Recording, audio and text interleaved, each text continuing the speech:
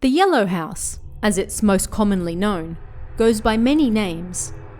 Most call it the Yellow House because of its paint job, while others call it the Triangle House because of the shape of its yard. Others still call it the Jomon House because they claim it's this particular house that gave writers the idea for the storyline behind Ju-on's infamous cursed house. Regardless of what you call it, the Yellow House has a terrifying story of its own, and a fearsome reputation that kept most from ever entering it for fear that they too would die. Actual solid facts on the house are few and far between. The most popular story claims that the house was first built by a young married couple in the 1980s in Ama City, Aichi Prefecture. While there are many variations on what exactly happened after they moved in, it's most commonly said that the husband had a gambling addiction, and he soon racked up a huge debt. This greatly strained the couple's relationship, and unable to deal with her husband constantly losing all their money, the wife finally snapped and murdered him, before committing suicide herself. It was this act that would curse their beloved Yellow House forever. Much like the house in Ju-on, it was said that after this horrific act, merely stepping into the Yellow House was enough to curse a person, and those unfortunate enough to enter the premises afterward would suffer a terrible fate. But why here? Why this house? Murder-suicides are sadly not an uncommon occurrence, particularly when it comes to famous ghost spots in Japan. So what made the Yellow House so special? It's said that the land it once stood on was formerly a cemetery. Even in the West, it's not considered to be especially auspicious to build your home on top of a former cemetery, but it's especially so in Japan. For some unknown reason, the land was put up for sale, and the graves were moved to a different location. Various ceremonies and blessings usually accompany the rare reburial of graves, but even then, these don't always sate the angry spirits who are being moved from their final resting place. And in this case, it's rumoured that no ceremonies were even held to begin with. The graves were simply moved, and without the memorial service designed to guide them to their new home, the spirits were left restless, angry, and with nowhere to return to. Supposedly, an old woman first opened a small fruit and vegetable stall on the triangular lot, but before long she was evicted, and the land was put up for sale as a potential residential lot. It was then that the young couple bought it and constructed their dream home with yellow walls. While this is the most common story told about the lot, it's not the only one. Another story, similar but with some slight differences, claims that a married couple bought the lot and built their dream home on it, but when the economic bubble burst, the man lost everything. The couple had numerous hefty loans and, unable to pay them back, the couple committed suicide together. Other variations on the tale end with only one member of the couple committing suicide, while others have an entire family dying within the house's walls. The one thing they all have in common is that someone, and usually more than one person, died in horrific circumstances inside the house. Several years after the first couple supposedly died inside, it's said another young couple moved in. However, they only lasted 6 months before leaving, and as you can probably imagine, the circumstances weren't pleasant. Supposedly, one half of the couple went mad and was forced to be hospitalized, while the other fled into the night. It was the house itself that had driven them mad, with the lingering malice of the previous couple who had died there, as well as the spirits from the former graveyard, refusing to move on. Another couple moved in after them, this time lasting a full year before fleeing the house. This reportedly continued with another 5 different families, each moving in before swiftly moving out again. The shortest stay was said to be only 3 days, while the longest lasted a year. Each time, the malice trapped in the house eventually drove them mad, drove them out, or both.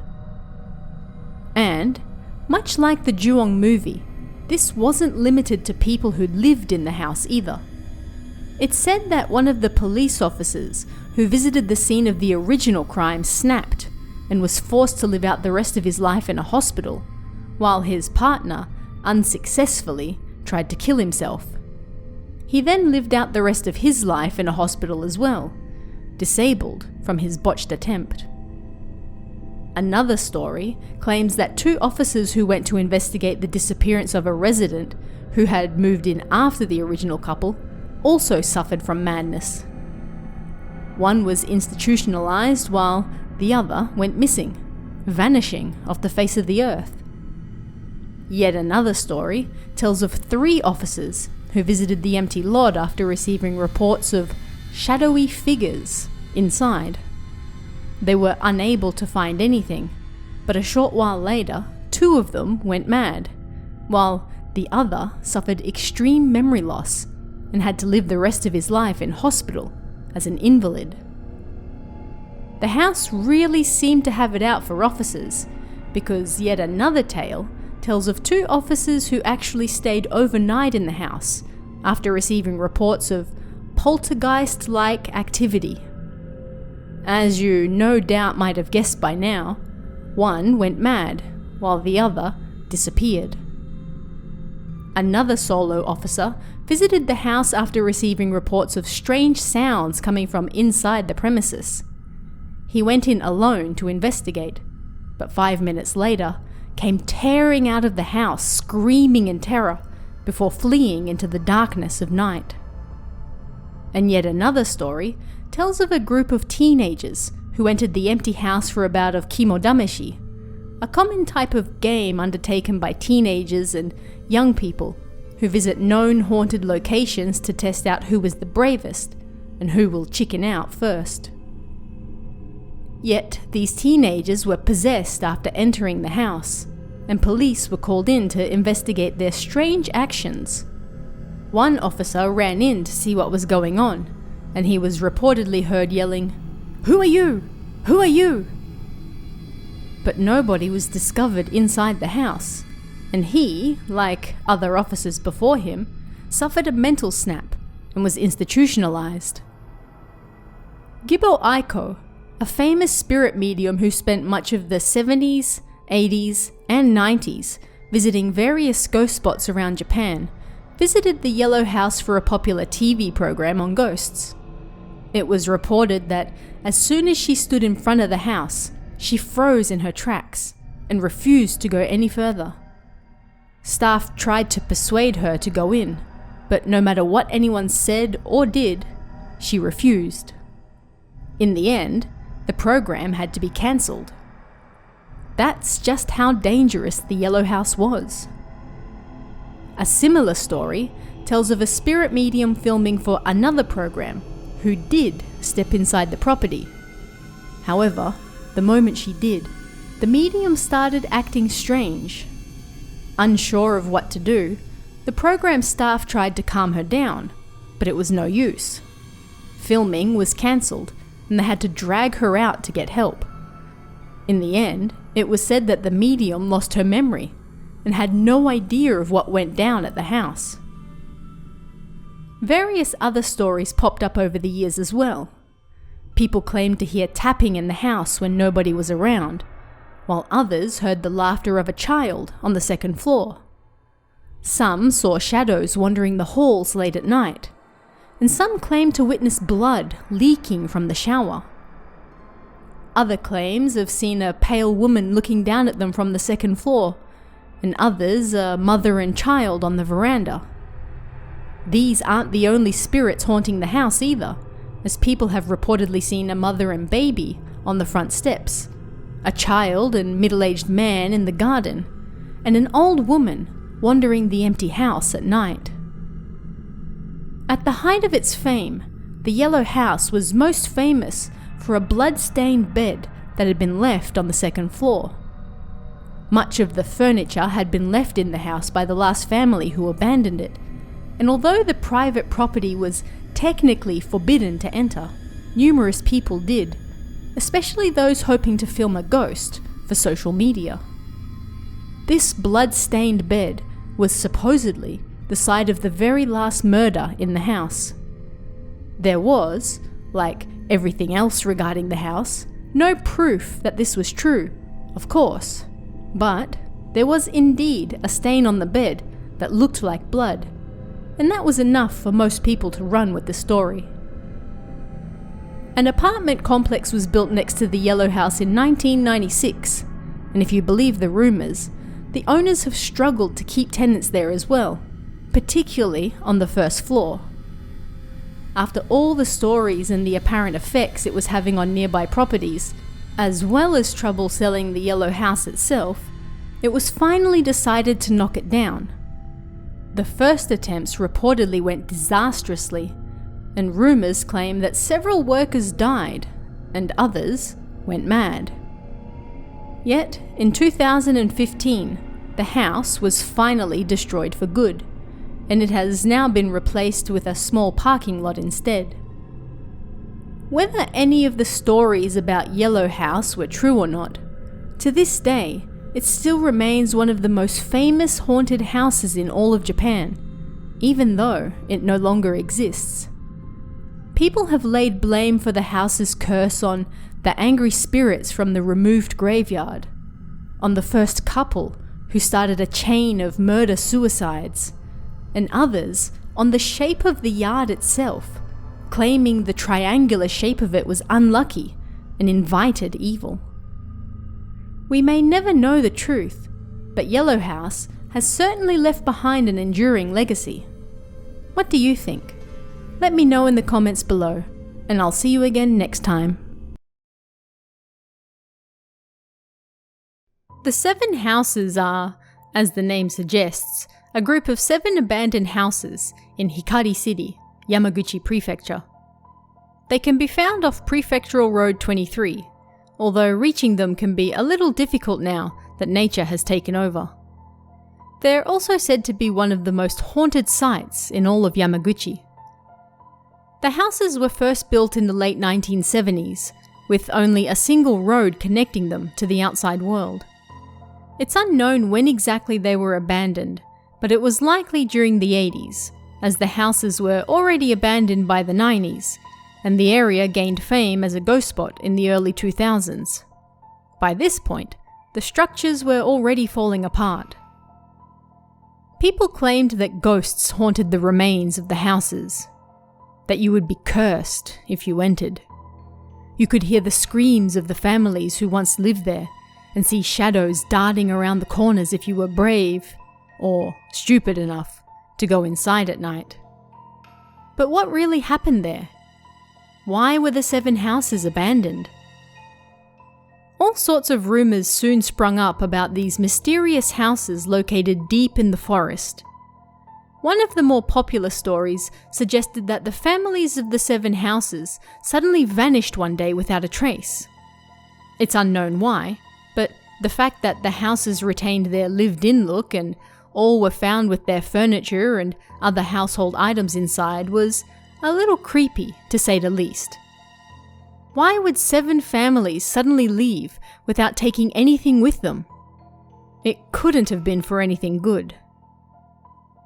Another story says that the husband of one of the families went mad, slaughtering his family before going out and killing the rest of the families over the course of a single night. He got to them before anyone knew what was going on, and by the time they did, it was already too late. If this particular story sounds familiar, that's because it's a fairly typical tale to explain why people living in villages, or in this case a tiny collection of houses, seemingly vanish overnight. A similar theory suggests that a thief broke into one of the homes before killing the family, and then presumably killing the others to hide the evidence of his crime. This seems like a lot of trouble to go to just to rob a family, not to mention the skills and luck necessary to murder every single family before any others caught on, but it's a theory that's persisted over the years. An even more outlandish theory says that all 7 families were the subject of kamikakushi, spirited away by the gods. This would explain the lived-in look of the village and why everything was left behind. No time to bring your favourite books if an angry god is snatching you away from this plane of existence, after all. It's also been suggested that the area the 7 houses stand on now was once a graveyard, which is why the families never stood a chance. The mere act of building their homes on top of that former graveyard was enough to curse them forever. Some have even said that when travelling to the houses by car, their doors have refused to open, perhaps because of the spirits of those once buried there, trying to keep further outsiders away. The 7 houses once appeared on the TBS show Uso Japan, when popular talent and idol Aiba Masaki was forced to spend the night there alone. This propelled the site to further fame, and as more people visited the area, the more degraded it became. Several years back, one of these visitors even lit a fire, and several of the houses burnt down. On top of the arson, the wooden structures have naturally degraded over the years, and the forest has grown up and through most of what remains, meaning that, at present, little remains of the former infamous 7 houses. Bare structures can still be found in the dense jungle of foliage, but only 1 or 2 houses are in any condition to enter. The truth behind the 7 houses is, of course, a little less fantastical than the legends. In reality, the 7 houses were intended to be 10, and the entire project was aiming for a 1990 completion date. 6 houses had already been completed, and work had begun on the 7th, when the Japanese economic bubble burst, and the construction company working on the project went bankrupt. By that point, 2 families were already living in the completed houses, but the location was terrible, and with no sign that the rest of the houses would be finished, the families ended up moving away. The other 4 homes had already been bought by families that hadn't yet moved in, but because of the company's bankruptcy, nobody was quite sure who owned what anymore, so they were left abandoned, and everyone went their separate ways. Officially, the land the 7 houses stand on is still private property, so entering without permission is considered trespassing. Not that there's much to see anymore, thanks to both nature reclaiming what was once its own, and ghost hunters taking their fun a little too far.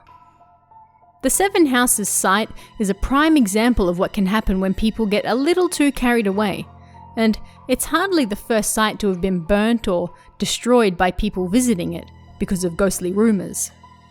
There's not a whole lot left to see now, but the site persists as a ghost spot despite, or perhaps even because of, the dilapidated state it's in now. Even with the truth out there, people just can't keep themselves away. Because really, who wants to ruin a good ghost story with the pesky truth? But what do you guys think? Let me know in the comments below, and I'll see you again next time. At this point in time, Inunaki doesn't really need introduction. The name is synonymous with the terrifying, the supernatural, the mystifying in Japan. There's Inunaki Village, the supposedly lost village that stands apart from civilization and perhaps even from time. And there's the Inunaki Dam that swallowed up the original village. And then, of course, there's the Inunaki Tunnel. Or to be more precise, the old Inunaki Tunnel, which is the ghost spot we're diving into today. When you hear the word Inunaki, the old tunnel is probably the first image that comes to mind. It's iconic, and you've no doubt seen countless images of the tunnel entrance blocked up with massive concrete blocks to keep people from going inside. It doesn't stop them, of course, and it has done little to detract from old Inunaki Tunnel's terrifying atmosphere over the years. Work on this creepy old tunnel began all the way back in 1884, but the technology at the time just wasn't there. Engineering knowledge was lacking, as was money, and the project came to a halt. Yet locals needed an easier way to get through the treacherous Inunaki Ridge, and so various village chiefs in the area continued appealing to authorities to finish the tunnel. Authorities finally agreed, and in 1927, construction began once more with new money and new tunnel building techniques. It finally opened over 20 years later, in 1949, well over 60 years after it first started. Yet, as technology continued to advance and as the Inunaki area built up, the old tunnel quickly became inconvenient, and plans for a new, much larger and more modern tunnel were drawn up. This tunnel was finished in 1975 and the old one closed for good. Construction on the nearby Inunaki Dam was also taking place at the same time, which would eventually flood much of the area near the tunnel, including several sections of road leading in. All of this, combined with a terrifying real-life incident that took place in the late 80s, would then turn old Inunaki Tunnel into one of Japan's most famous and terrifying ghost spots. By 1988, old Inunaki Tunnel had long been closed. People had taken to using the surrounding area as a dumping grounds for unwanted items, and gangs were said to hang around the now abandoned area as well.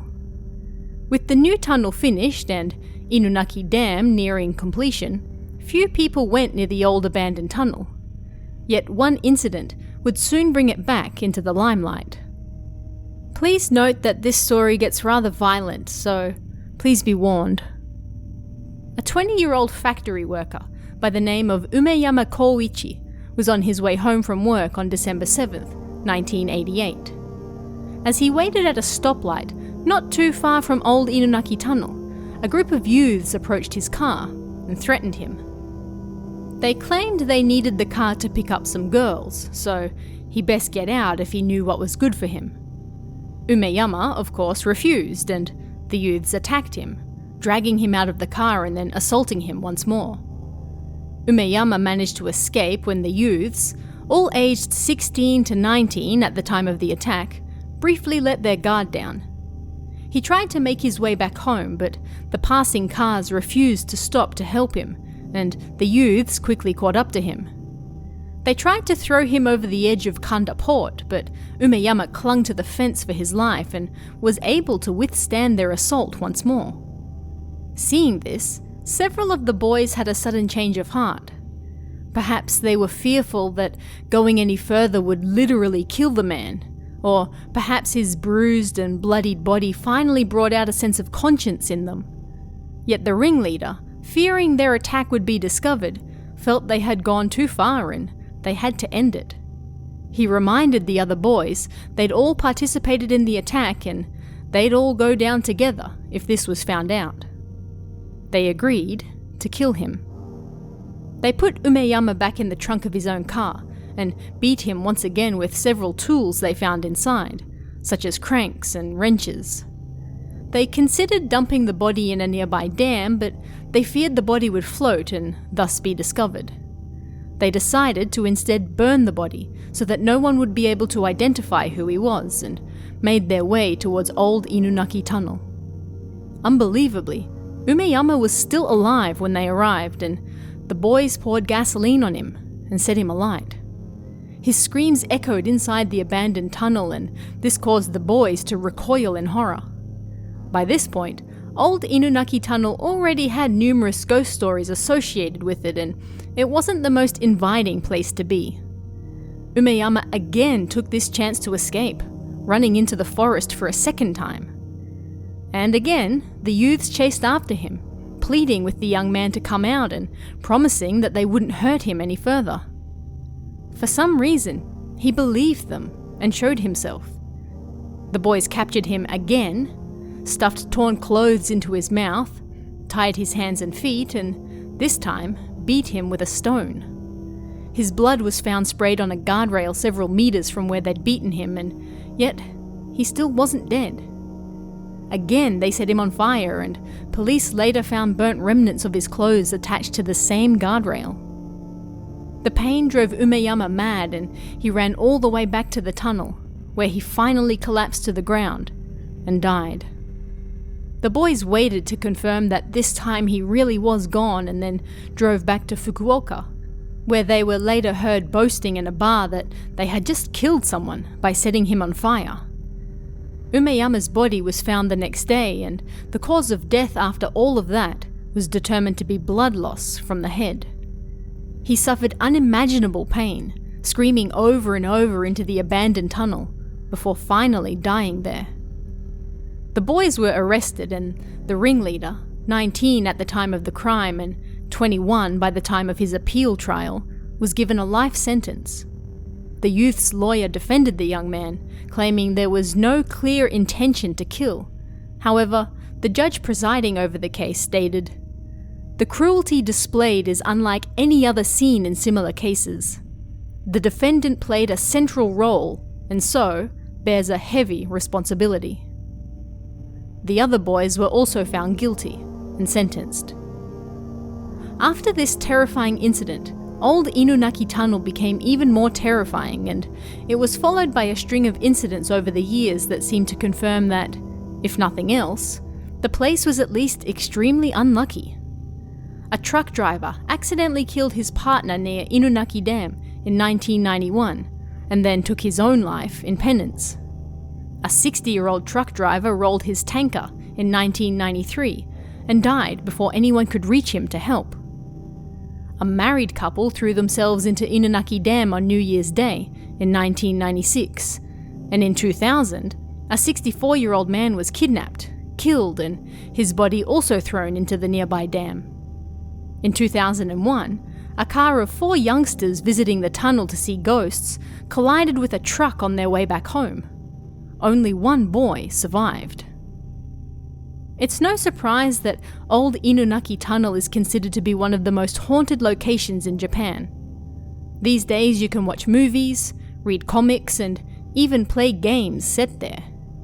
It has a long, terrifying history, and setting aside whether you believe in ghosts or not, numerous real-life tragedies have taken place there that can't be denied. But what do you guys think? Let me know in the comments below, and I'll see you again next time.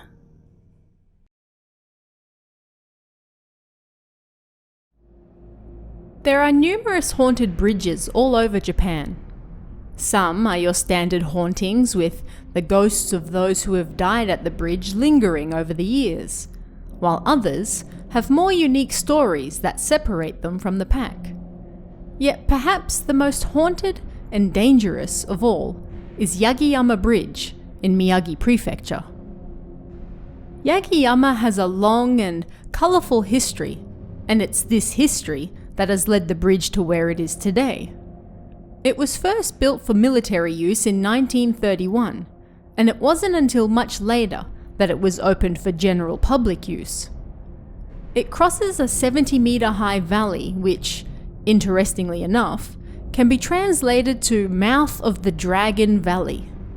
And nowadays, it can be found close to the Aoba Castle ruins, a popular sightseeing location in Miyagi.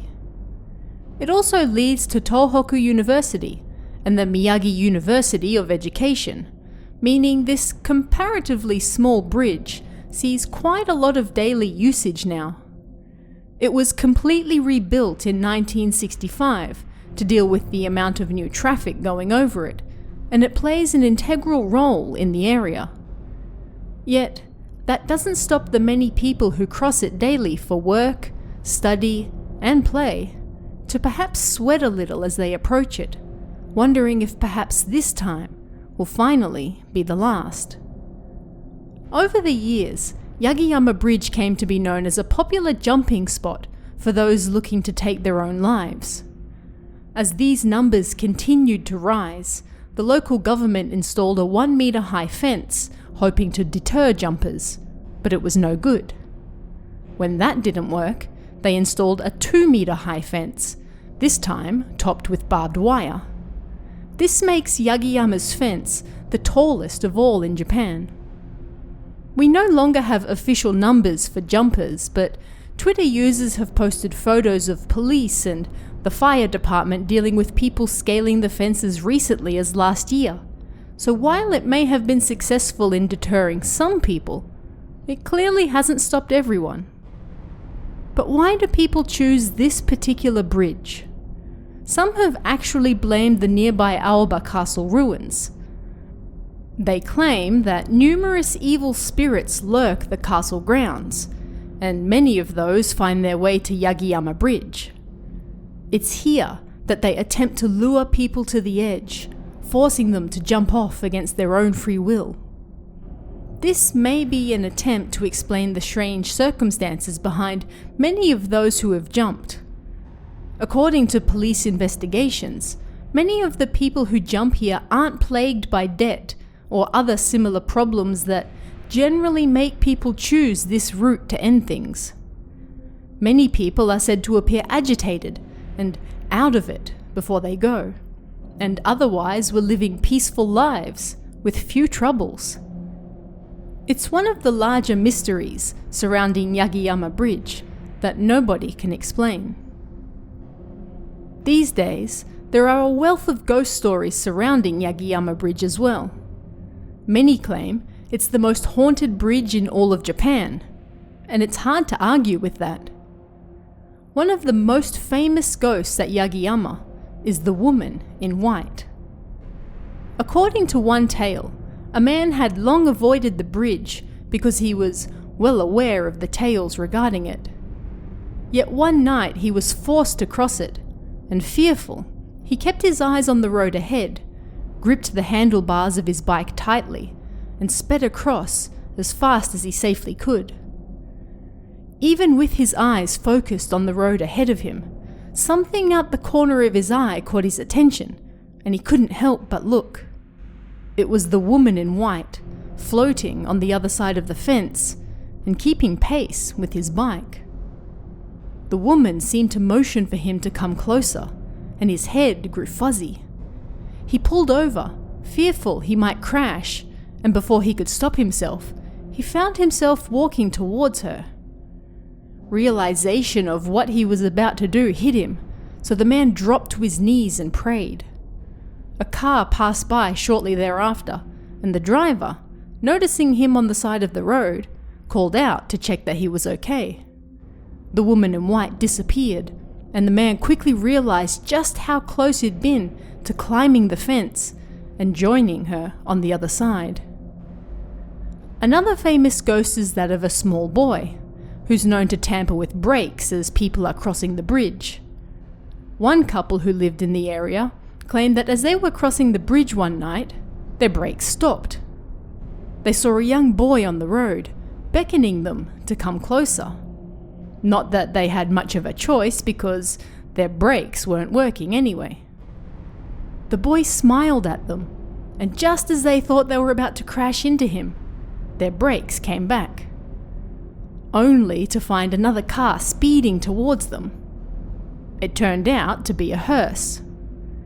The couple managed to avoid it, but they'd seen enough for one night. They visited a shrine for purification the very next day, and soon heard that someone had actually died the night before in an accident on the bridge. In addition to the jumpers, it's said that traffic accidents on or near the bridge are quite numerous as well, and the small boy is to blame for many of them. Yet another famous ghost sighting at the bridge is that of a mysterious caped man. This man seems to be much older than the others, wearing a black cape and black hat with red lining resembling old military garb. It's unknown who exactly he is or where he might have come from, but people report that you can see him standing on the side of the bridge by a telephone box that doesn't exist.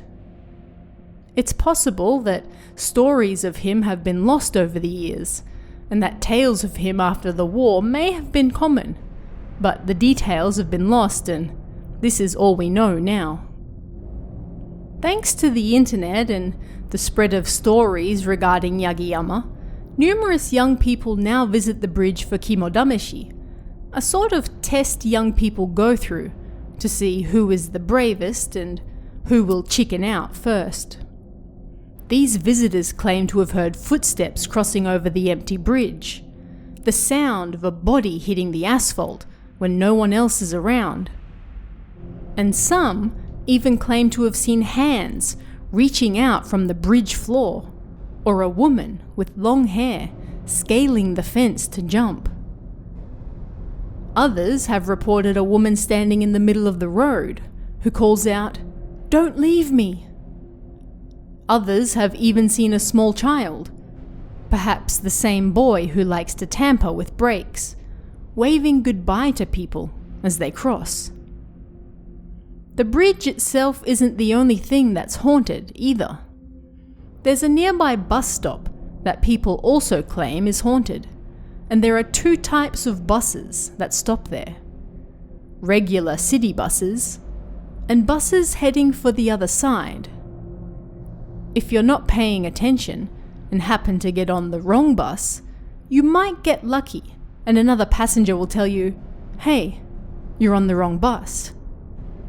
Or they might not, and you'll never return again. People often reported seeing a lone woman standing at this bus stop late at night, but whenever they approached her, she vanished into thin air. Perhaps she was waiting for the other type of bus, and people kept scaring her away. Either way, this bus stop was officially closed a few years back, and although the official reason was a lack of passengers, some claim it was actually for more ghostly reasons. Seems it's hard enough to keep people alive with the nearby bridge, let alone a bus stop that ferries people unaware to the other side. Whether any of these stories are true or not, the fact remains that Yagiyama Bridge does have a long history of jumpers, and these tragedies have given the bridge a certain reputation over the years. But what do you guys think? Let me know in the comments below, and I'll see you again next time.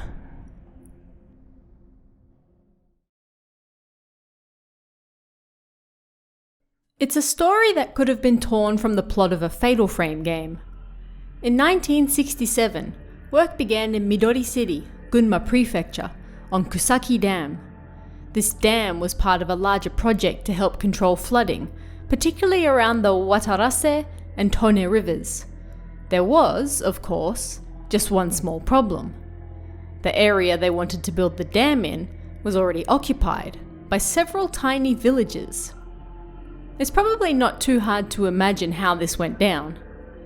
Despite the villagers fighting to stay in their homes, they were eventually forced out and their villages abandoned. The villages weren't the only things left behind, however, as Kusaki Station and its accompanying railway line, as well as several shrines, were also abandoned. One such shrine is believed to be the predecessor of Hotaka Shrine, which was completed in 1973, 5 years after dam construction began, and just a few hundred meters away on higher ground. Construction of the dam finished in March 1977, and the former villages, train station, and shrines were all flooded. In fact, when water levels lower, you can still see them sitting at the bottom of Lake Kusaki to this day. Hotaka Shrine is a small shrine, and it eventually closed to the public in 2000. It's believed that the construction of the dam was the first nail in the coffin, and the aging population, compounded by depopulation in the general area, finished the job. There's not much else around the dam now. You can find a temple, art museum, and a few houses, but that's about it. Over the decades, the majority of residents moved on to bigger cities, leading to the areas surrounding the dam to become less and less populated. This, it's believed, is what finally led to the shrine's ruin. Even finding Hotaka Shrine can be a little difficult now. There are 2 large concrete shrine gates that lead the way in. To get there, you have to drive up a lone road surrounded by graveyards attached to the nearby temple, and at the top of this horribly unmaintained road, you'll find one of the concrete shrine gates hidden amongst the bushes. Beyond that is a large concrete fence, much like a castle, and a no trespassing sign. A steel fence has also been erected near the entrance to keep people out. Visitors have reported that the shrine shows evidence of weeding and other general maintenance, so it hasn't been entirely abandoned, but it's off limit to the public. This, of course, makes it the perfect spot for all sorts of rumours to come about, and it didn't take long until people started to claim that the abandoned shrine was haunted. Despite being closed to the public and the efforts to keep people out, it's not all that difficult to get into Hotaka Shrine. The steel fence is tiny and easily scaled, and numerous people have posted blog entries and YouTube videos of their visits to the shrine over the years. It's even possible to enter the main hall, although you do so at your own risk. If you believe the rumours, shrine mediums especially dislike this shrine, and inside the building you'll find a single large Japanese drum. Everything except for this drum has been removed, and this naturally led to rumours of the drum being cursed. People nearby claim that they can hear the sound of the drum being beat at night, even though the shrine itself is empty.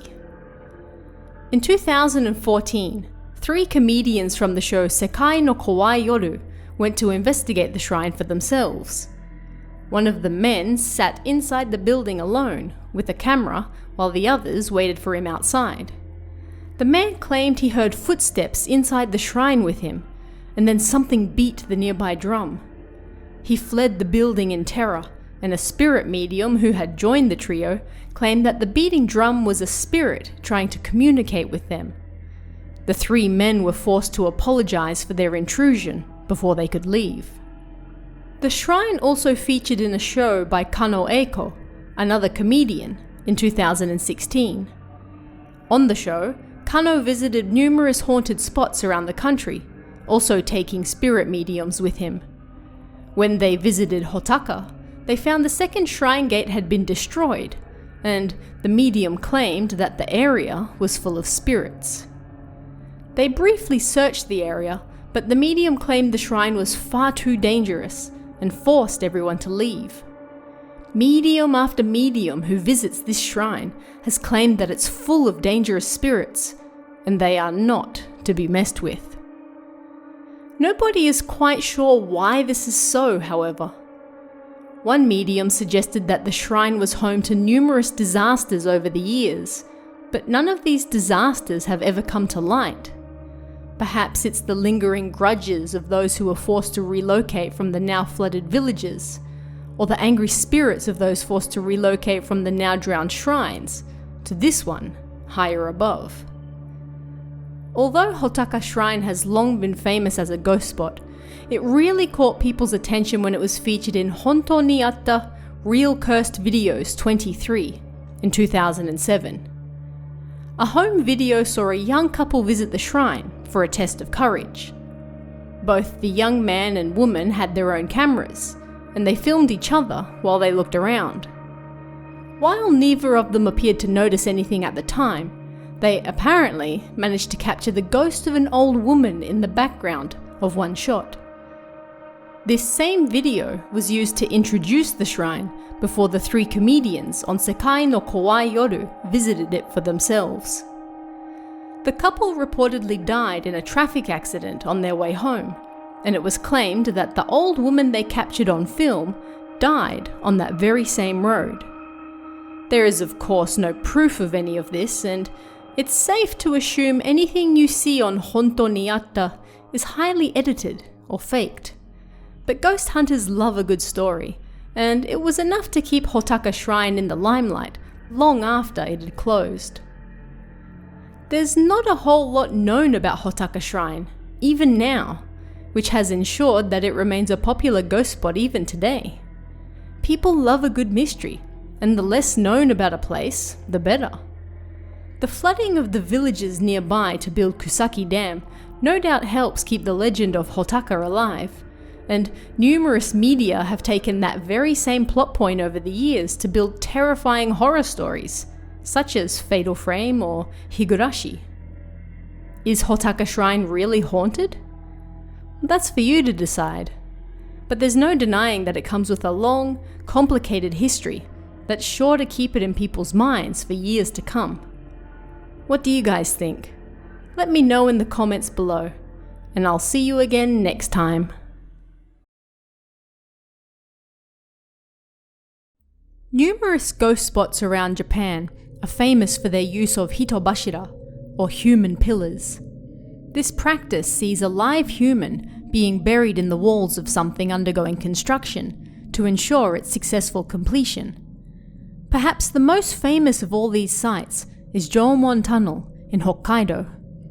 The tunnel with people said to be buried within its walls. Jomon Tunnel was so named for the ridge it cuts through, and it's part of the JR Hokkaido line in Kitami City, Hokkaido, and it's quite an old station. Construction began in 1912 and finished 2 years later, in 1914. It can be found roughly 350 meters above sea level, and it runs just over 500 meters in length through Jomon Ridge. Even now, it's located seemingly in the middle of nowhere, and the stories of its construction are horrifically cruel, making it one of the most dangerous ghost spots in all of Japan, even today. Much of this cruel history comes from the conditions the workers were forced to build it under. Jomon Tunnel was built by tako labourers. These tako labourers were, in essence, slaves or prisoners. Even now, Hokkaido is a cold, harsh, and unforgiving place, but back in the late 1800s and early 1900s, it was even more so. Tako labourers were first sent to Hokkaido in 1887. These prisoners were sent out to modernize the vast, untouched areas of Hokkaido, building roads and railways to connect the then far-flung cities and villages on the island. Much of the island was still untouched by what we now call civilization, and these prisoners, or tako labourers, were tasked with bringing the island up to speed. The conditions in Hokkaido were horrendously cold, and many considered the practice inhumane, even for prisoners. Officially, the use of tako labourers was ended in 1894, but in reality, the practice continued. When it came time to build the Jomon Tunnel, these men were again sent out into what would become a horrifically difficult construction project high in the Hokkaido mountains. Even now, this would be a difficult prospect, so you can imagine what it was like for slaves in all but name in the early 1900s. These labourers were forced to live in small wooden bungalows called tako rooms that housed 70 men at a time. These tako rooms had a single sliding door with a bell attached to alert camp leaders if someone tried to leave during the night. This door could also be locked from the outside if the leader deemed it necessary. These rooms received almost no light, very little ventilation, and had tiny slits for windows. And, to further divide the men, the tako labourers were further split up into 3 groups for dining: upper class dining, middle class dining, and lower class dining. The upper class men could eat with the boss in a separate room come mealtime. The middle class were allowed a bench to sit on during meals, but the lower class, the largest class, saw men forced to stand when eating. Much like prisoners, the tako labourers could, and often were, accused of anything the boss saw fit to accuse them with. They were often assaulted for no reason, falsely imprisoned, exploited, and oppressed. And it was under these horrific conditions that they were forced to build Jomon Tunnel. The men were forced into 15-hour workdays without break. Tunnel building was already back-breaking work, but the men had to contend with the harsh Hokkaido winters and survive on only 2 meager meals of rice with miso soup a day. Numerous men died of malnutrition, and by the time the tunnel was completed in 1914, over 100 tako labourers had died. Many of them fell victim to bedi-bedi, a chronic form of thiamine deficiency, thanks to their unsustainable diets. Even when these men literally collapsed on the job, they were not given the medical care they needed. On the contrary, they found themselves subjected to corporal punishment, and the bodies were tossed into a mass grave in the forest just outside the tunnel walls. It's said that locals who entered the area to gather edible plants accidentally stumbled upon their mass grave and collected the bones themselves to give them a proper burial. On top of this, men who tried to escape fared no better. Once caught, they would be brutally assaulted, and in some cases, stripped naked, tied to a tree, and then lynched. If they died, they would then be tossed into a pile with the other dead bodies. If they lived, they were sent back to work. The troubles didn't end there. Once Jomon Tunnel opened for business, all sorts of reports made their way out of the strange happenings inside its walls. One engineer reportedly saw a man standing inside the tunnel one night as he was driving a steam train through it. Blood poured from the man's head. The engineer stopped the train and ran out to check if he was okay. But by the time he got there, the man was gone. Confused, the engineer returned to the train and started it once more. But again, he saw the man with blood pouring from his head on the tracks. Once more he stopped the train, but the expression on the man's face chilled him to the core. He closed his eyes and waited for the train to come to a stop, but soon realized another train was quickly approaching from behind. He got out and told the other driver of what he'd seen. The driver, noticing how terrified he looked, agreed to switch places with him and drive his train safely out of the tunnel, while he followed behind in his. These strange occurrences weren't limited to inside the tunnel, however, nor were they limited to drivers. Passengers often reported hearing moans and coughing sounds, like someone choking, upon nearing the tunnel. Station attendants at Jomon Station also suffered from mysterious illnesses that even extended to their families, and they often went mad. One station attendant's wife reportedly even threw herself in front of a train and died. Of course, it didn't take a genius to put 2 and 2 together, and people blamed these strange incidents on the angry spirits that no doubt resided in Jomon Tunnel. People may not have known what really went on during construction, but it wasn't hard to assume that it wasn't pleasant. In 1959, a Jizo statue was erected roughly 1 kilometre from the tunnel, dedicated to those who had died during its construction. The skeletons of roughly 50 railway workers and their family members had been discovered in this same area. Then, in 1968, the unthinkable happened. The Tokachi earthquake hit Hokkaido with a magnitude of 7.9 on the Richter scale.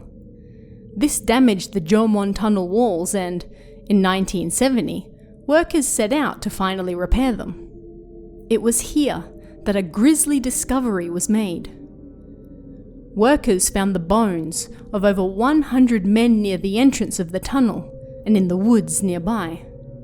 The tako labourers who had died during construction. It was here, nearly 60 years later, that people learnt the real truth behind the tunnel's horrific history. In September of the same year, Workers expanding Jomon Station found a skull buried in the gravel roughly 60 centimeters from the brick wall near the exit. There had long been rumors of human pillars used at Jomon Tunnel, and this seemed to confirm it. One station attendant reportedly said, "There's a good chance there are more around here," and claimed that the human pillars were common knowledge in the area. And just like the man said, more skeletons were found standing up inside the walls of Jomon Tunnel during the reconstruction. The state of them and their position suggested the men had been buried alive, not after death. These human pillars, buried alive to ensure the successful completion of Jomon Tunnel, were later moved to the nearby Lubeshibe Public Cemetery for a proper burial. A monument was erected in Lubeshibe City in 1980 to commemorate all the men who had died during the construction of Jomon Tunnel, but it doesn't seem to have done much for their anger. People still report hauntings and strange occurrences around the tunnel today, even though it's barely used anymore. The callous treatment and horrific deaths of the taco labourers who were piled into mass graves and buried in the tunnel walls will never be forgotten, however, and their legacy will no doubt have Jomon Tunnel forever remembered as one of the most dangerous ghost spots in all of Japan. What do you guys think? Let me know in the comments below, and I'll see you again next time. Cemeteries are beloved ghost spots, and for good reason. Cemeteries all over Japan are famous for ghost sightings, and why wouldn't they be? They're the final resting places for generations of the dead. One particularly famous cemetery is that of Yahashira in Chiba Prefecture. Located roughly 20 kilometers from the center of Tokyo, this cemetery is open from 8 AM to 5 PM daily. And, if you believe the stories, there's a very good reason for that.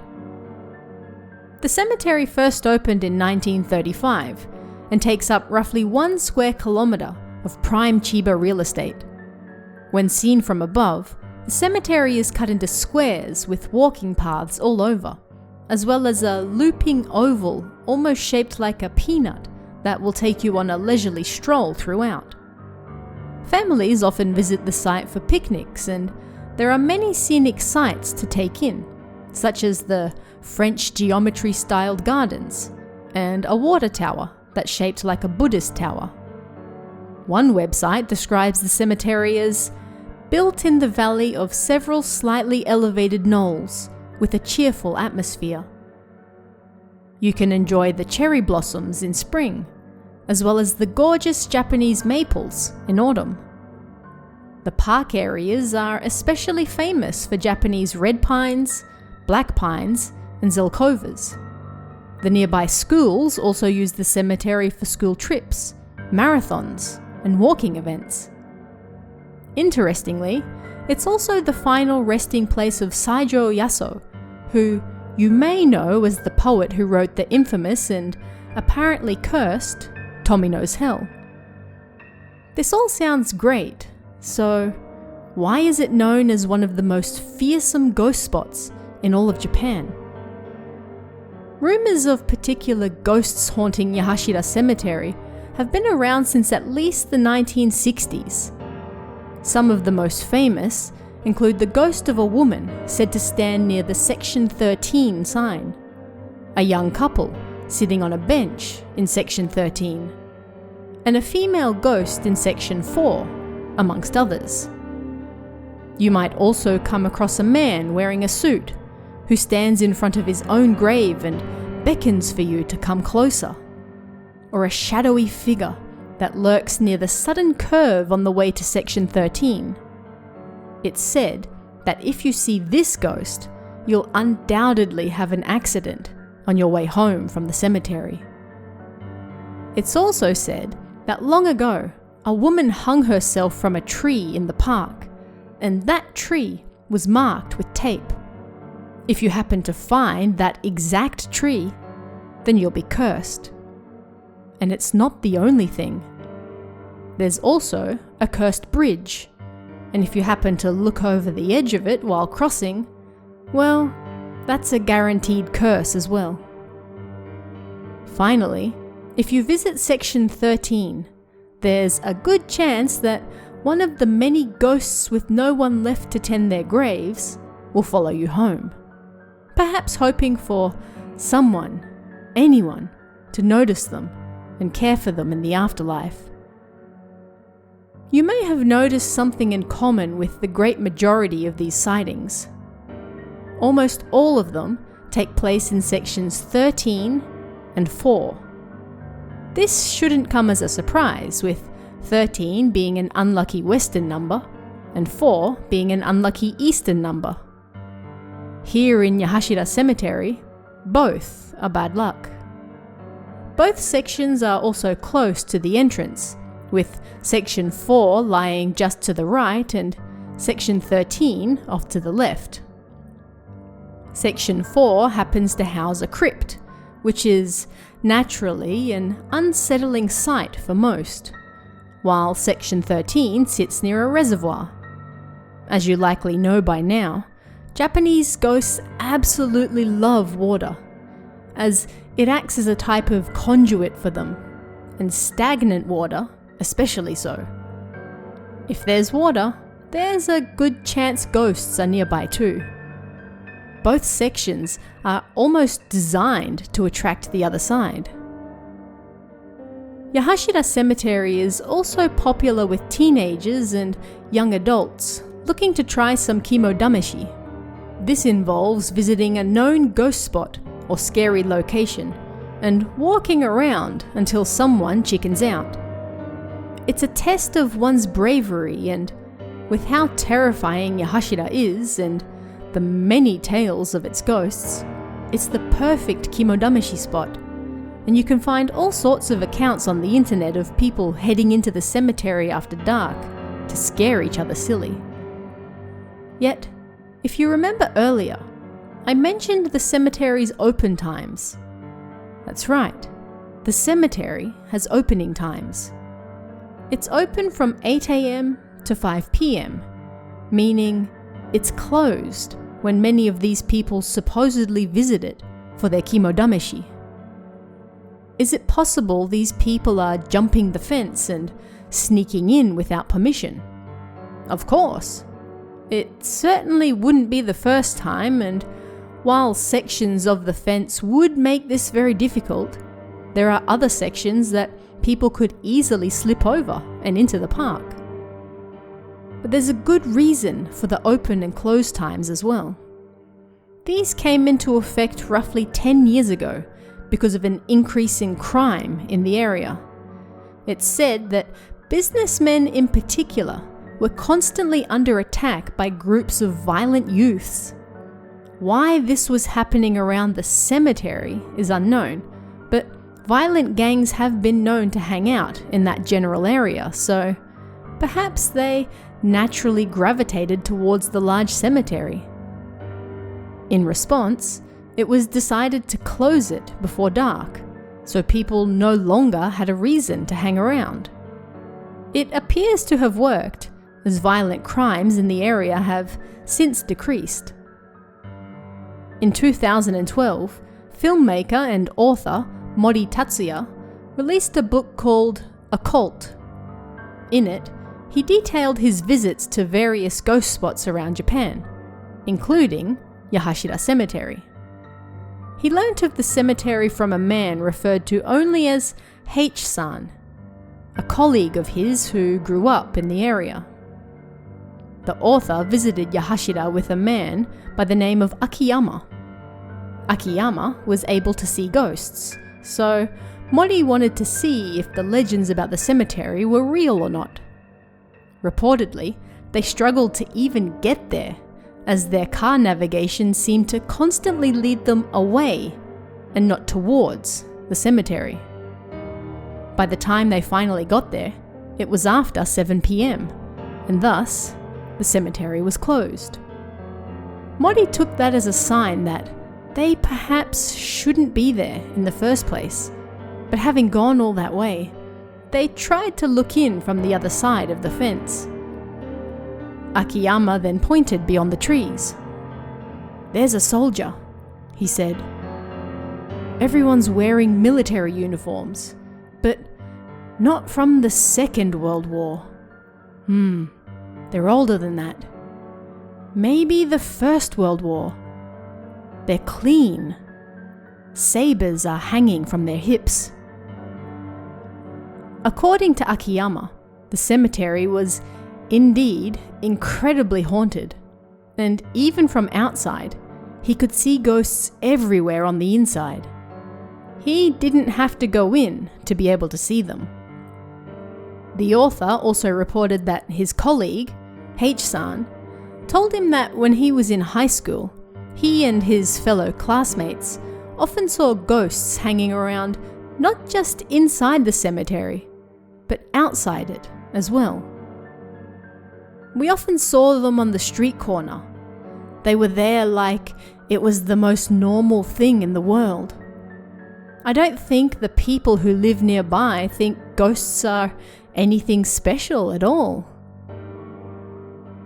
While it's most definitely a cemetery, with hundreds upon hundreds of graves taking up the equivalent of 20 Tokyo domes, Yahashira also has numerous public parks and sites for visitors to see when they visit, and it's not uncommon for people to visit merely to take a stroll through the beautiful trees in spring and autumn. Numerous ghost stories have built up around it over the years, and the early closing times have certainly helped with those legends.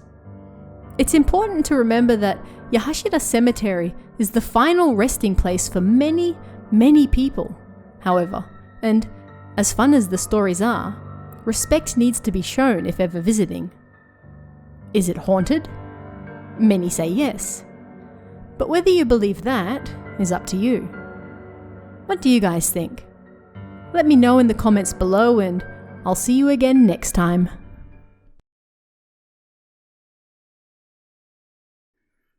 In Niigata City, Niigata Prefecture, you'll find a house with a history so horrific that its terror extends past its walls to several other locations nearby as well.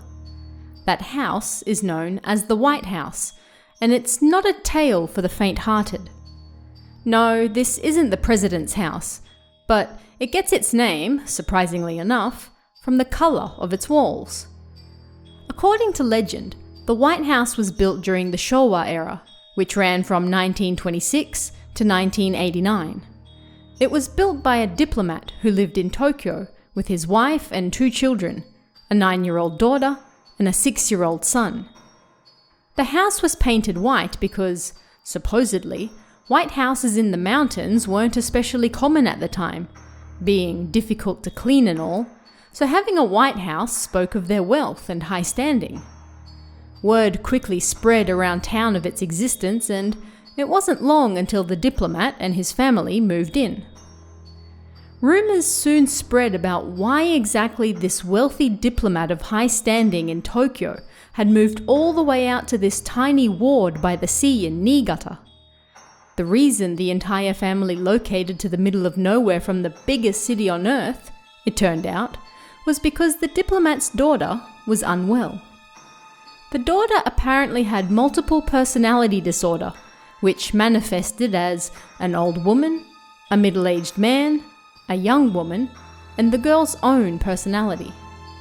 The family were hoping the peace and quiet of the mountains by the sea would help calm the girl and aid in her recovery. Yet, things only got worse. Word had it that her parents even confined the girl to the second floor of the house, yet unsurprisingly, this didn't help. More and more time passed with no signs of improvement in her condition. And then, the unthinkable happened. One night, the middle-aged man manifested. He was a violent man, and the girl picked up her father's rifle before going around the house and shooting both her parents and her younger brother. But that was only the beginning of her reign of terror. The girl then took off to a small village a few hundred meters away. In a story reminiscent of the Tsuyama massacre, the girl slaughtered everyone she came across in the village until she ran out of bullets, and then she grabbed a Japanese nata and sword, and then continued her way through the rest of the village, slashing down anyone in her way. Some even claimed that she finished the job with a chainsaw she found nearby. The police supposedly arrived and found her still holding that chainsaw, covered head to toe in the blood of those she'd murdered. Reports claimed that her visage reminded them of the killer Jason, and so the ruins of the village thereafter came to be called Kakuda Jason Village, one of numerous Jason villages around Japan that had been struck down by disaster. But the girl still wasn't done. Seeing the police, she took off in the other direction, this time heading south to what would become known as the Black House. This house was actually a radio relay station famous for its black walls, and it was there that the girl took her own life, hanging herself from a radio tower, and finally ending her horrific reign of terror. Ever since then, people have claimed that you can spot the ghosts of the girl, her family, and the murdered villagers at all three locations: the White House, where it all began, Kakuda Jason Village, where it continued, and the Black House, where it all ended. The White House, however, is said to be the most terrifying of all. There is, of course, zero proof that any of this story is real or ever took place.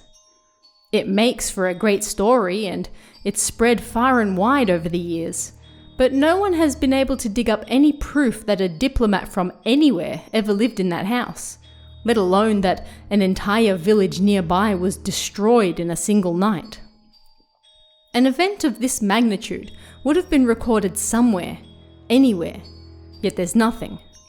No newspaper reports, no news recordings, no police reports, nothing. So then, if the story isn't true, what is? Why is the White House such a famous ghost spot with an incredibly detailed history behind it? There are no detailed records for when the White House was first built, but it's been around since at least the early 1970s. Its layout suggests that it was a family home, but it also possibly functioned as a dual home and store, like many houses in the countryside still do. Nobody is quite sure when it was abandoned, but there were stories circulating about it in the 2000s, so it likely happened in the 80s or 90s. The only way to reach the house is by taking the long way around from a nearby highway and then proceeding through a small tunnel. The house sits surrounded by trees in the mountains, so it's difficult to reach and in a creepy location to boot. All the features were in place to create the perfect ghost spot. Nobody is quite sure where the story of the diplomat and his family originated either, but it was commonplace and accepted as fact by the early 2000s. Once the internet became more widespread, the story was also shared there, and that was that. When people heard of the White House, they also heard how a girl with multiple personality disorder killed her family and went on a rampage through the nearby areas as well. No proof necessary. As for Jason Village, as it turns out, the small village that once existed there was actually a mountain villa in the late 1970s. It became a bungalow village in 1983, and then it simply fell out of usage. By the 2000s, it was fully abandoned and added onto the myth of the White House, perhaps because the creepy empty remains of both it and the White House nearby seemed, to the casual observer, somehow connected. And what about the Black House? It was built in 1956 and closed less than a decade later. Its difficult to reach location high in the mountains meant that it was entirely abandoned, meaning that weathering over the decades had turned the outer walls black. It's unlikely, if the murderous girl ever existed, that she would have been able to get up there on her own in the first place. In the end, the White House is nothing more than an abandoned house that lucked out with a compelling and wide-reaching ghost tale that quickly spread and was further spread by the wide-scale adoption of the internet in the late 90s and early 2000s. Whoever let the truth get in the way of a good story, after all? The diplomat and his family may not have ever existed, but their legacies will long live on regardless, as will the daughter's supposed night of terror throughout the region. But what do you guys think? Let me know in the comments below, and I'll see you again next time.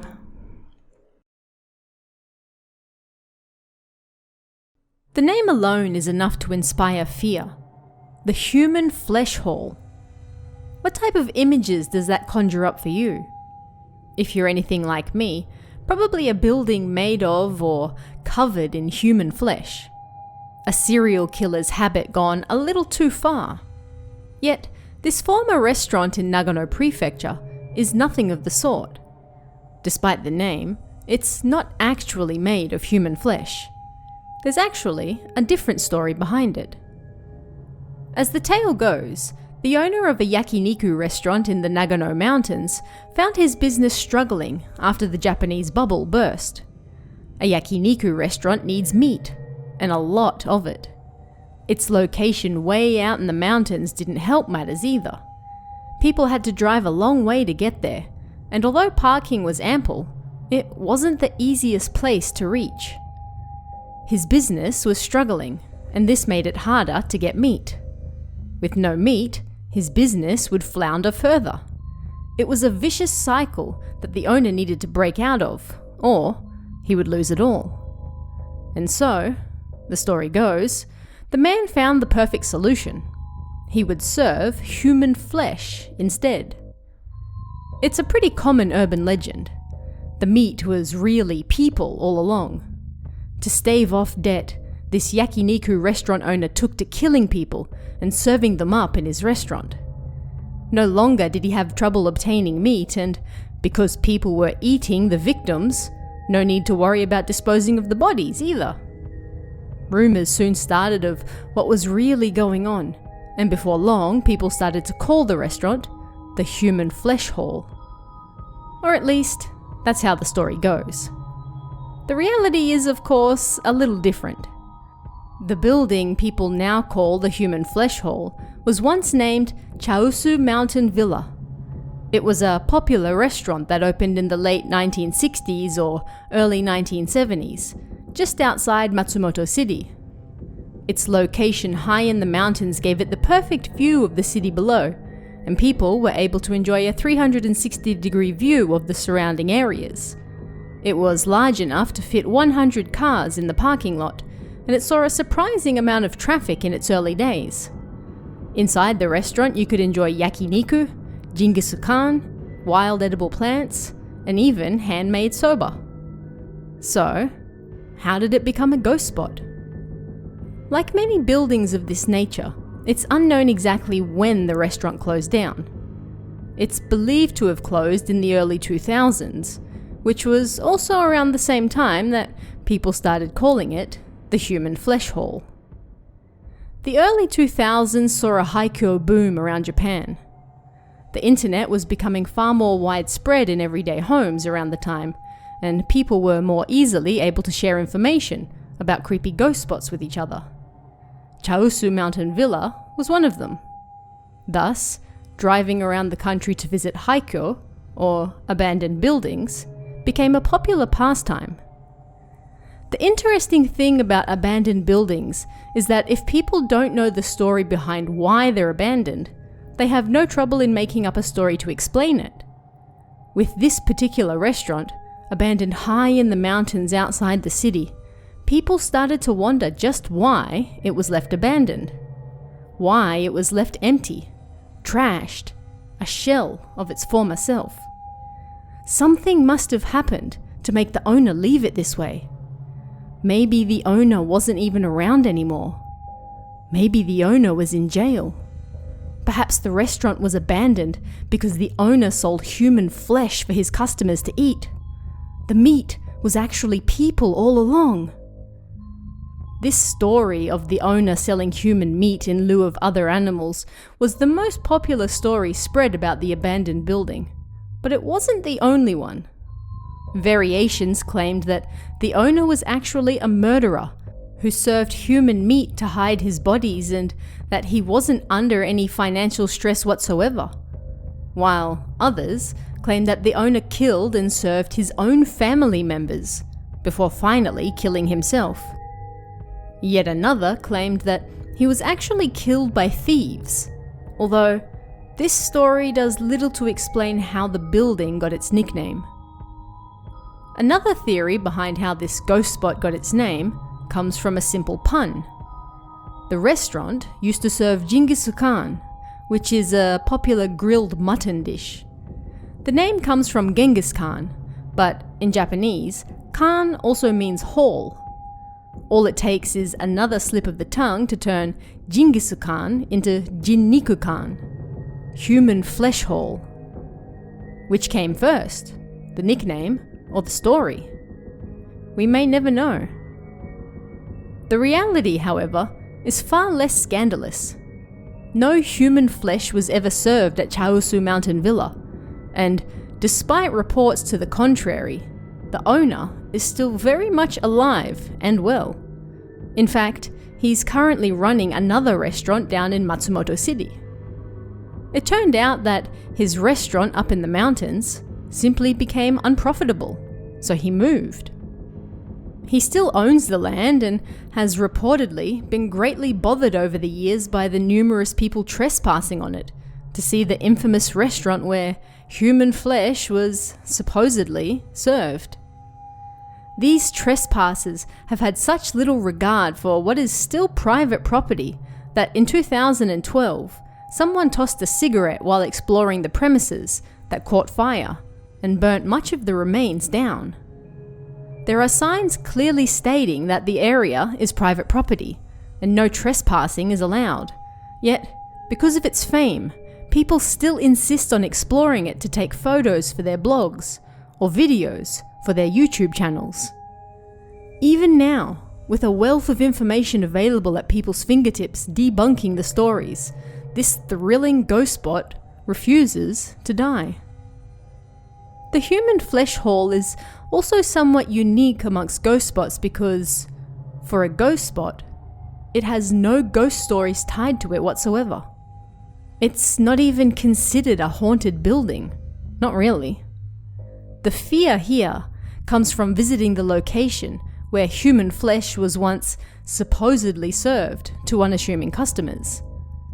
The fear that maybe the owner is still lurking somewhere inside the dilapidated remains, waiting for some new victims to cut up and serve.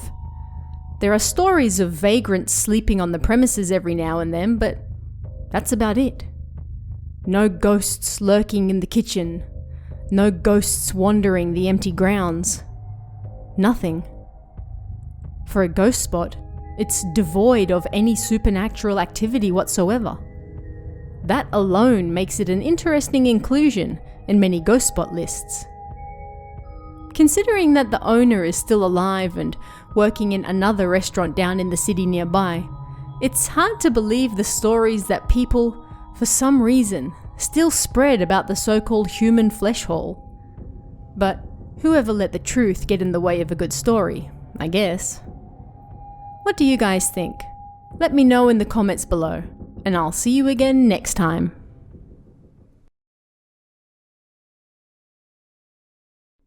There's a small beach in Japan that they say you won't find on any map. For a period, this was true, and although these days you can quite easily find it on Google, in the past, attempts were made to remove it from all public maps, and thus, from public consciousness. The events that went down at this beach were so strange and so horrific that the government took the rare step of trying to erase the beach from people's minds entirely. It came to be known as the beach that disappeared from the maps. This beach, which you can easily find in Google Maps now, is called Hamashuku. It's a section of the much larger Kujukuri Beach, a popular strip of sand and sea in Chiba Prefecture. In the 1980s and 90s, however, finding Hamashuku was much more difficult than it is now. In fact, it wasn't until the internet blew the case open that many people learnt of its existence. So, what exactly went on at Hamashuku that was bad enough to warrant removing it from maps? The tale of Hamashuku is a strange, frightening one. It all began on January 18th, 1982. A man was out for a walk at 7:50 a.m. when he came across a car on fire, roughly 20 meters from the water's edge. He called the police immediately, and once they were able to put the fire out, they discovered a body inside the boot. The fire had been so intense that only the skull and a section of spine remained. In the ashes, they found what appeared to be a metal hook from a bra, so they assumed the victim to be a woman. They were right. Investigations revealed the car belonged to a female bar owner in Chiba City, roughly 30 kilometers away. She had gone missing 2 days earlier after leaving work. They never discovered who may have killed her, or why. She was 44 years old, and although this held no meaning at the time, it soon would. On April 6th, a few months later, a different man was out for a walk on the same beach at around 7:30 a.m. when he too stumbled across a car on fire on the beach. He called the police, and they found the burnt remains of a person in the driver's seat. This man had taken off his shoes and watch and left them outside the car, along with the vehicle inspection sticker, leading them to believe that this death was a suicide. The man turned out to be a bus driver from Togane City, only a short distance away. The man had also left his wife a letter that stated, "Please look after the kids." He was 44 years old. A few weeks later, on April 21st, the head of the road management office was out on patrol in the early hours of the morning when he found a truck on fire in the same spot as the previous 2 cars. He alerted police, and again they rushed out, the 3rd time in as many months. Again, they found a dead man in the driver's seat. This man was an office worker from Kashiwa City, roughly 50 kilometers away. Similar to the previous male victim, he had called his wife the night before and told her, "I won't be home again." As with the previous 2 cases, he was also 44 years old. You can no doubt imagine the confusion and fear the police felt by this point. 3 cars found burning on the same section of beach, all within a few months of each other, and each victim being 44 years of age. Yet, the first case appeared to be a murder, and the following 2 suicides. Other than the manner of death and their ages, nothing else matched. A few weeks after the 3rd car was discovered, yet another car was found on fire a short distance away. This time, 2 bodies were found inside. A 44-year-old father and a small boy, presumably his son. By this point, rumors were spreading thick and fast. Hamashuku Beach was cursed. 4 adult victims burned to death in cars, aged 44. 4 being such an unlucky number didn't help matters. A local newspaper at the time came up with an interesting theory as to why the beach was apparently cursed. They lay the blame on Ryujin, the dragon god or the god of the sea. Apparently, locals had upset him because they were trying to remove an old rotting shrine gate that stood at the entrance to Hamashuku Beach. Because of their insolence, he had cursed the beach and already claimed 4 victims. Of course, this was just a wild theory, and whether anyone officially believed it or not is up for debate. But it seems that, either way, the local government didn't want to take any chances. A Shinto priest was called in, and he performed a purification ceremony on the beach to soothe Ryujin's wrath. The priest claimed that numerous spirits lingered on the beach, and these spirits were calling people to them. In addition to the purification ceremony, he vowed to hold a memorial service for all who had died there. Perhaps fittingly, it rained heavily on the day he performed the ritual. And it seemed he was successful because the strange deaths stopped after that. It's important to note, however, that the beach was also closed to the public around the same time, so whether this was just a coincidence or not is also up for debate. With Hamashuku's main entrance chained off, people had to go the long way around, on foot, to reach it. This was possible, but extremely difficult, and it took a long time. Thus, naturally, foot traffic dried up, and people started to forget about the beach, just as the government hoped. Hamashuku became a ghost beach, and its name was removed from maps. It wasn't forbidden to enter, officially, but it was made extremely difficult to do so. Yet it might not be the strange deaths that saw the beach get closed after all. Hamashuku, despite the fame it gained after a series of burning cars, was never a popular beach to begin with. It was small and difficult to reach even when it was open. Only a single road led to it, and there was no parking nor any other amenities. Most people went to the nearby and much larger Kujukuri Beach instead. Hamashuku, however, was also home to loggerhead sea turtles and various local birds, and if you believe the rumours, it was actually for this reason that it was closed off to the public. One conservationist working at the beach claimed to remember the strange incidents that took place there, but refuted that the beach was ever haunted. He claimed that it was closed to protect the wildlife. If cars couldn't get in, it would be harder for people to get in. And if people couldn't get in, the wildlife would have a much better chance at survival. In either case, the beach was closed and it seemingly faded with memory over time. It was only in recent years, thanks to the internet, that people once again became aware of what happened at Hamashuku all those years ago, and once again, it gained popularity as a ghost spot. People who have visited the beach in recent years claim to have seen ghosts on the sand, sometimes burning, sometimes not, and hearing cries despite nobody else being around. People are also warned not to go near the beach if they are 44 years old. Nobody has died in the last few decades, but you never know when Yujin's curse might come roaring back to life again. Better safe than sorry when it comes to the gods, after all. Hamashuku is relatively easy to find, even if you can't find it in any old maps. The large shrine gate that was supposedly the cause of all this still stands at the entrance, right next to the highway, although if you want to visit yourself, you'll have to park much further away and walk all the way back. Probably for the best, considering Hamashuku's history with cars. Why so many cars were found on fire on Hamashuku was never solved, nor why all the adult victims were 44 years of age. What do you guys think? Let me know in the comments below, and I'll see you again next time.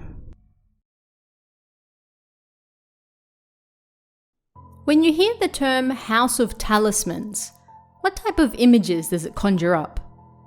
It's a pretty ominous title, and no doubt brings up pictures of a terrifying building covered in Shinto charms, the type of building you might see in a horror movie where something unspeakable once took place.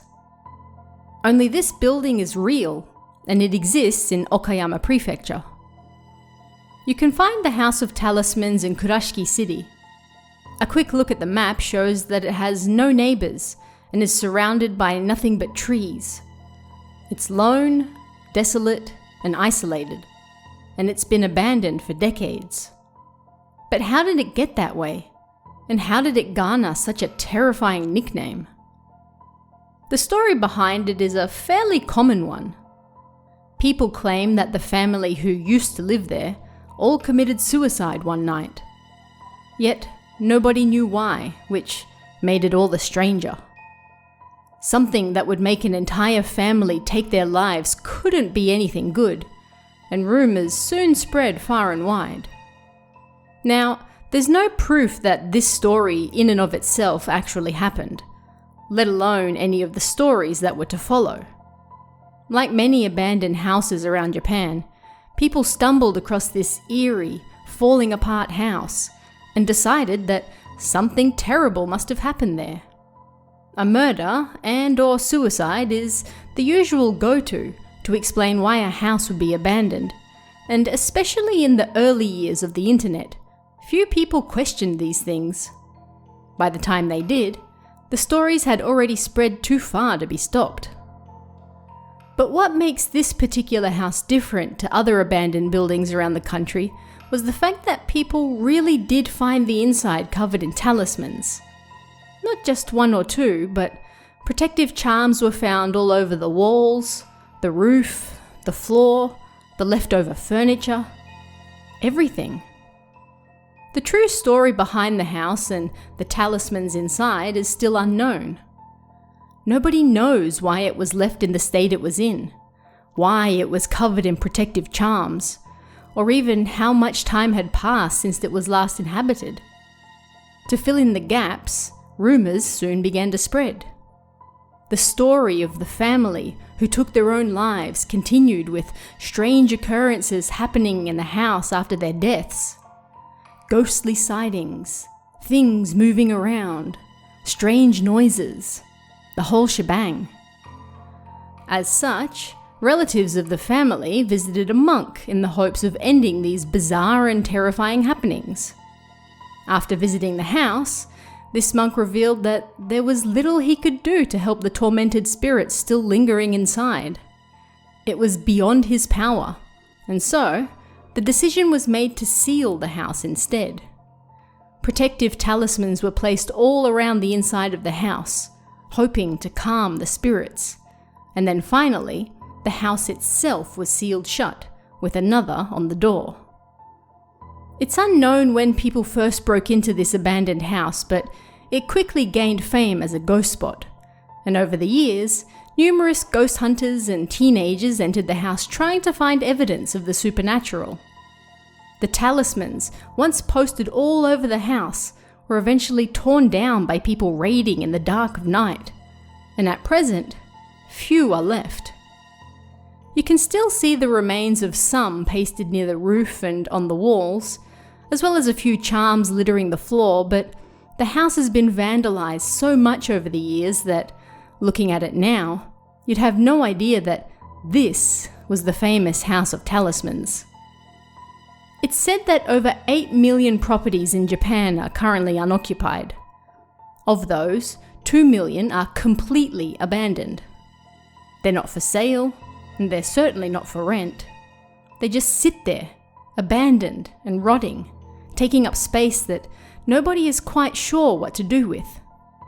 This is especially common in the countryside, and because tearing down and rebuilding a home is so costly in Japan, many potential buyers avoid these lots entirely in favor of something already finished. It's cheaper, and you're able to move in right away. So why would you go for the costly abandoned lot that's going to eat into your funds and time when you can avoid it entirely? It's this situation that leads to ghost spots like the House of Talismans all around the country, often still full of the rotting and degrading furniture of the last family that lived there. Clearing these things out is pricey, and the House of Talismans is no different. It's not hard to see why people would think that the family who once lived there must have committed suicide. You stumble across a sealed house. You break in and discover that not only is the house still full of furniture, but the walls, roof, and the floor are covered in protective charms. What could have caused this? Clearly nothing good. And thus, a ghost spot is born. Numerous people who have visited the house over the years have claimed to feel sick upon returning home. There are no real tales of car accidents or other similar stories upon leaving, but the one thing almost everyone seems to agree on is that if you visit the house, you will fall ill soon after. Whether this is a mental thing, perhaps something in the air from the rotting house, or maybe something more sinister, who knows? Yet the family's suicide isn't the only tale told of the house either. There are reports that a spirit medium who visited the site claimed that the house was actually the home of a religious sect. The Talismans were to purify the building after the sect left, but they had no effect. The bad energy of the area then attracted spirits to it, and as more spirits gathered, the darker the energy surrounding the area became, creating a vicious cycle that invited more and more evil to be concentrated in the one spot. But regardless of which story you believe, if any, everyone agrees that this isn't a place you should visit for fun. Why was the house abandoned? Why was it covered in charms? Is it really cursed, and does it curse all who enter it? Considering numerous people have been in and out of the abandoned lot over the years, we can probably disregard that final question, but the first two are much more difficult to answer. Ultimately, we may never know, and that's what keeps people coming back for more.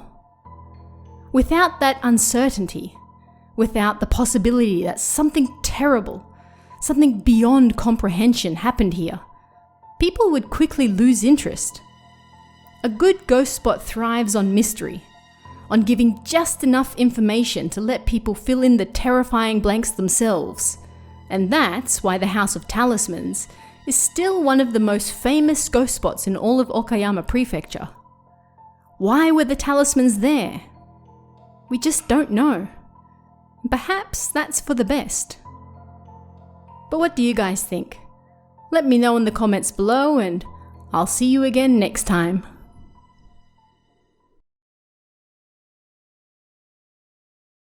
Kubikiri Ridge sits next to Mount Shiro in Kagawa Prefecture.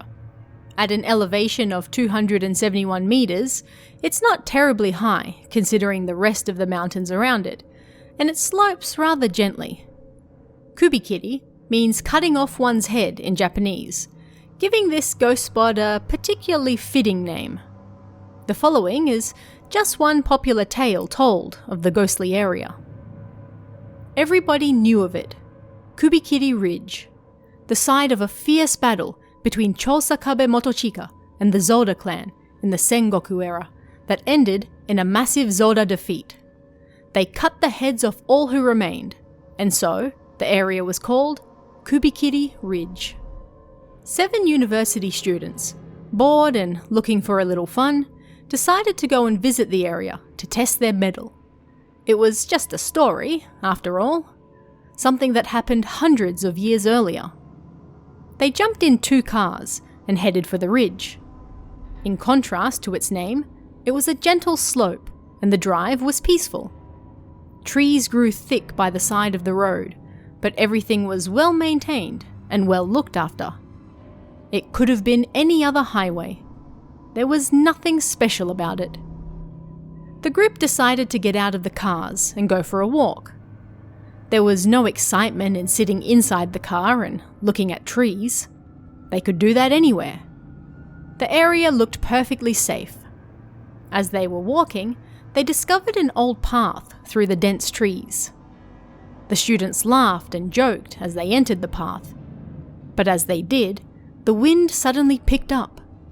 The trees rustled loudly around them, like the forest was coming to life. A deep, throaty sound rang out around them.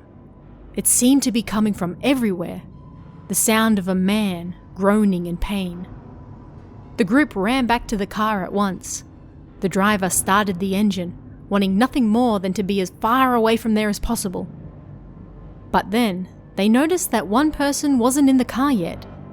He was standing outside, staring at the trees. They dragged him in and sped off.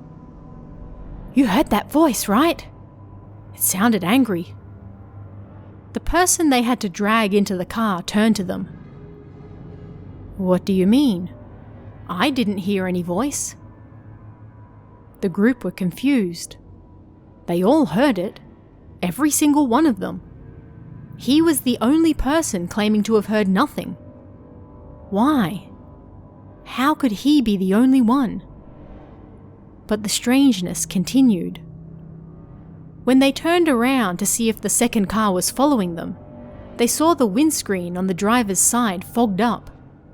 But it wasn't just foggy. It was covered in countless handprints. What on earth was going on? The foggy window glass, the innumerable handprints, the guy who claimed he didn't hear a thing. That was when it hit them. Something was trying to spirit their friend away. Now, there are several theories as to how the ridge received its name. Perhaps the most popular is this particular story of Chosakabe Motochika and his defeat of the Zolda clan during the Sengoku era. Chosokabe went on to gain control of the entire island of Shikoku during the Warring States period, and this is said to have been just one of his battles on his way to total victory. In 1579, the clan protecting Zolda Castle was so thoroughly defeated that all those remaining, most of them gravely injured, had their heads cut off on the side of the ridge today. Thus, it came to be known as Kubikiri Ridge, the ridge where heads were cut off. Another theory suggests that the name came from a peasant uprising in 1726.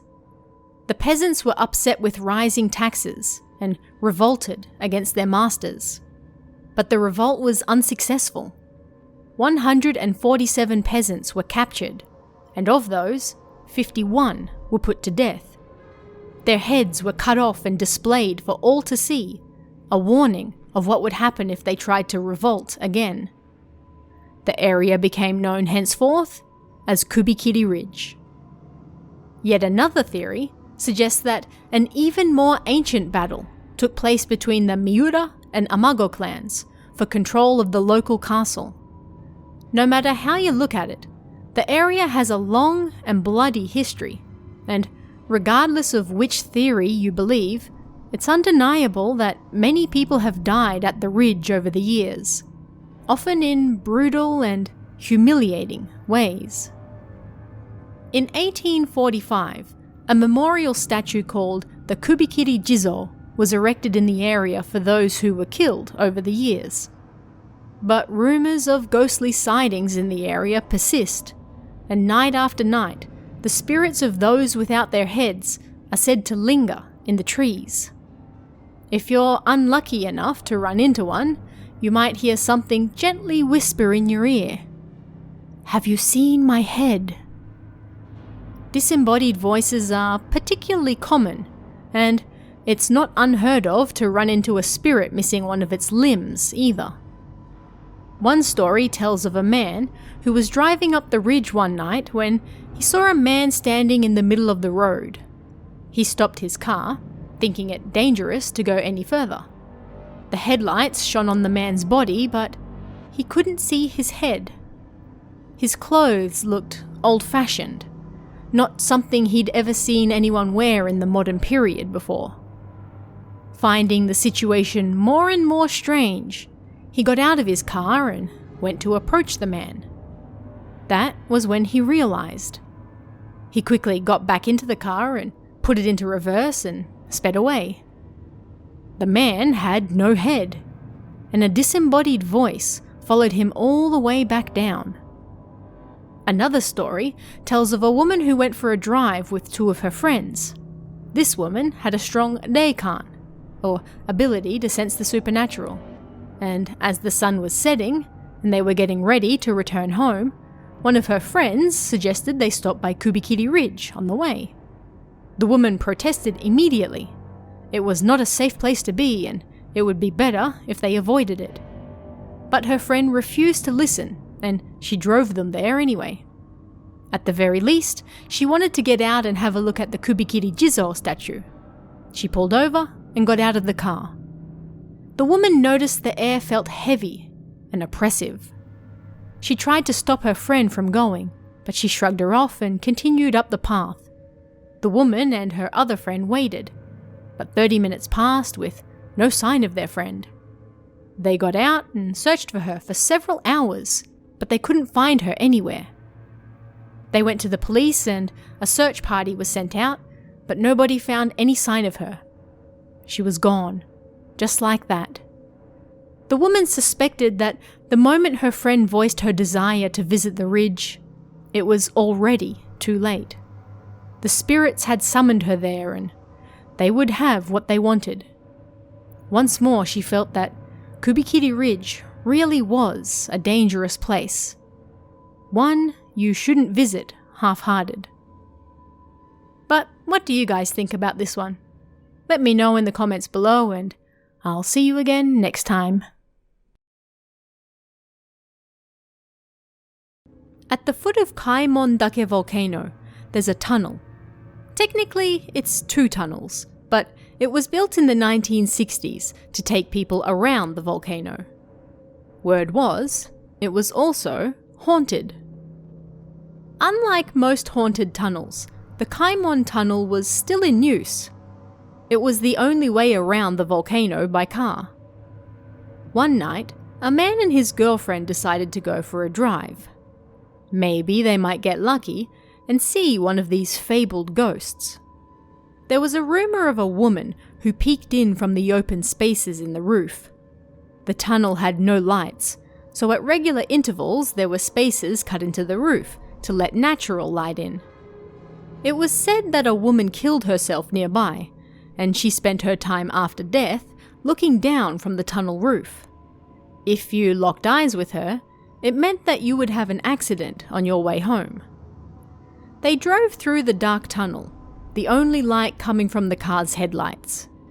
The tunnel was narrow, so narrow that only one car could fit through at a time. It was also long, incredibly long. It felt like they were driving forever. The driver looked up at the roof, but he saw nothing. No woman looking down. Either he was lucky, or it really was just a rumor. Then the car stalled. It was an automatic. There was no reason for it to suddenly stall. The man tried over and over to get it going again, but nothing was working. His girlfriend turned and looked out the back window. Suddenly her face changed and her expression dropped. All the colour drained from her cheeks. It was like she'd seen a ghost. "Something's coming!" The pair started to panic. The man couldn't see anything, but his girlfriend's screaming and shaking were enough to let him know that they needed to get out of there, and soon. He turned the key over and over. The engine roared to life as his girlfriend grabbed his arm and yanked on his sleeve. They sped out of the tunnel, and when they were safely outside, the man's girlfriend pointed to her ankle, her arm trembling. There was a handprint, bright and angry, staring back at them. The pair went to the closest shrine they could find and asked the priest to purify them. They agreed never to drive through that tunnel again. Kaimon Tunnel sits at the foot of Kaimon Volcano, a volcano that rises 900 meters into the air and is one of the southernmost points of Japan. It's also where it gets its name, although not its official one, nor is it technically one tunnel. Its official name is Okuramoto Tunnel No. 1, the southern part, and Okuramoto Tunnel No. 2, the northern part. But most people call it by its common name of Kaimon Tunnel. The tunnel is extremely narrow. Only one car can fit through at any time, and in parts it's impossible to even open the car door. There are a few waiting sections inbuilt, just in case two cars happen to be in the tunnel at the same time, but they are few and far between.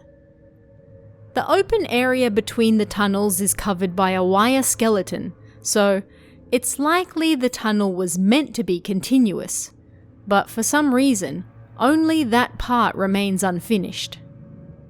The southern part of the tunnel is 152 metres long, while the northern part is 625 metres long. There is no electric lighting, so holes were cut into the tunnel roof at regular intervals to let natural light in. This makes it, at best, gloomy during the day, and at worst, pitch black at night. It might seem like every tunnel in Kyushu is haunted, but unlike most, Kaimon Tunnel is still in use. It's not abandoned, nor has it been cordoned off. You can drive through it today and investigate for yourself whether it really is haunted or not. But beware, because there are a lot of stories about it. There were once rumours that a field hospital was built at the foot of the volcano during the Second World War, but no evidence has ever been found that this was true. Many troops were stationed in the area when Japan feared American invasion, but there was never a field hospital and it never saw battle. More recent rumours suggest the area is a popular suicide spot, with its wealth of dense forest and rocky beaches nearby. One woman supposedly hung herself in the area, and her spirit now haunts the tunnel from above, peeking in through the holes in the tunnel roof. If you're unlucky enough to see her looking down at you as you drive through, then prepare yourself. That means that you can expect to have an accident on your way home.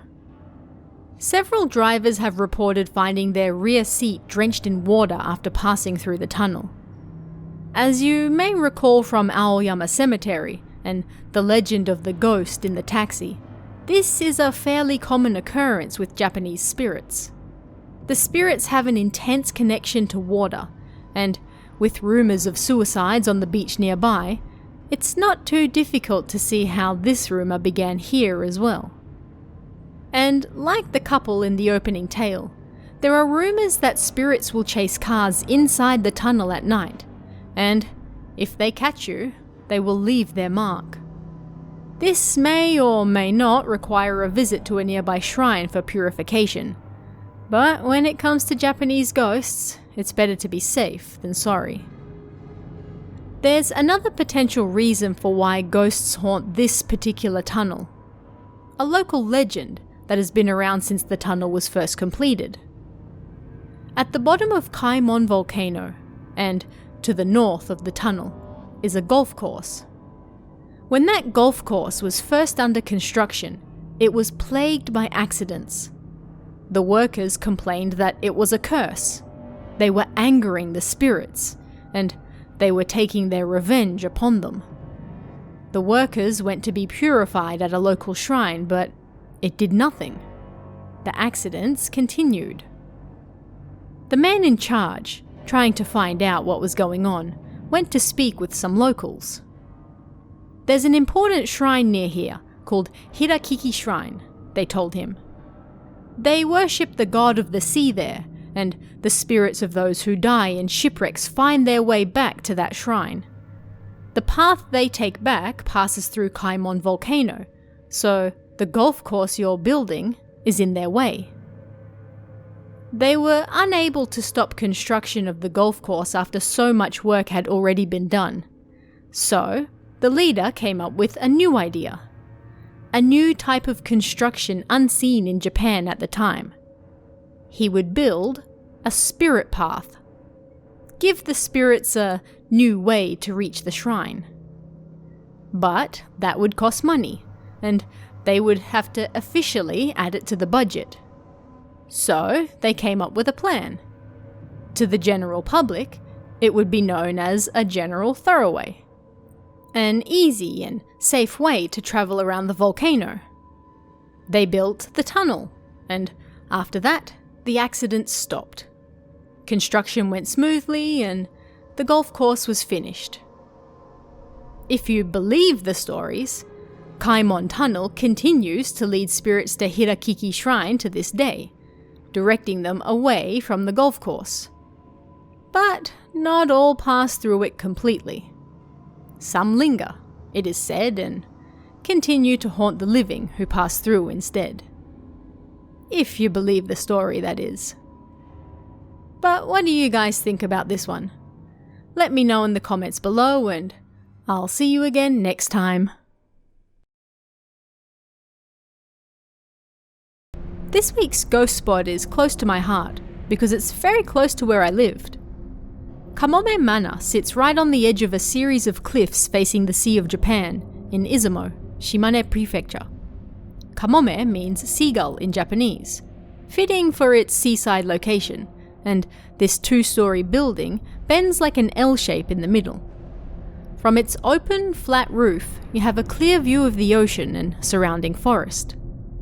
While it's only a 2 or 3 minute drive from Hinomisaki Shrine, also a supposed spiritual power spot, Kamome Manor sits almost completely isolated from civilization. Behind it is the Sea of Japan, and to the front and sides, nothing but forest and mountains. There is a single road leading to the manor, now blocked off, that can be found on Prefectural Road 29. It's the perfect location for ghost stories, and it comes with more than just a few. There are various rumours about what Kamome Manor used to be. It was a hospital, a hotel, an old people's home. It was actually a secret location where sinister human experimentation took place. It was even a sanatorium. Yet, as the name would suggest, Kamome Manor was really an inn. Due to its unfavourable location in the middle of nowhere, it closed approximately 30 years ago.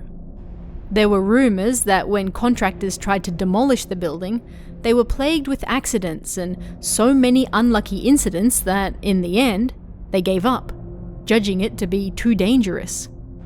Ever since then, the building has been left as is, and it has since become a popular ghost spot.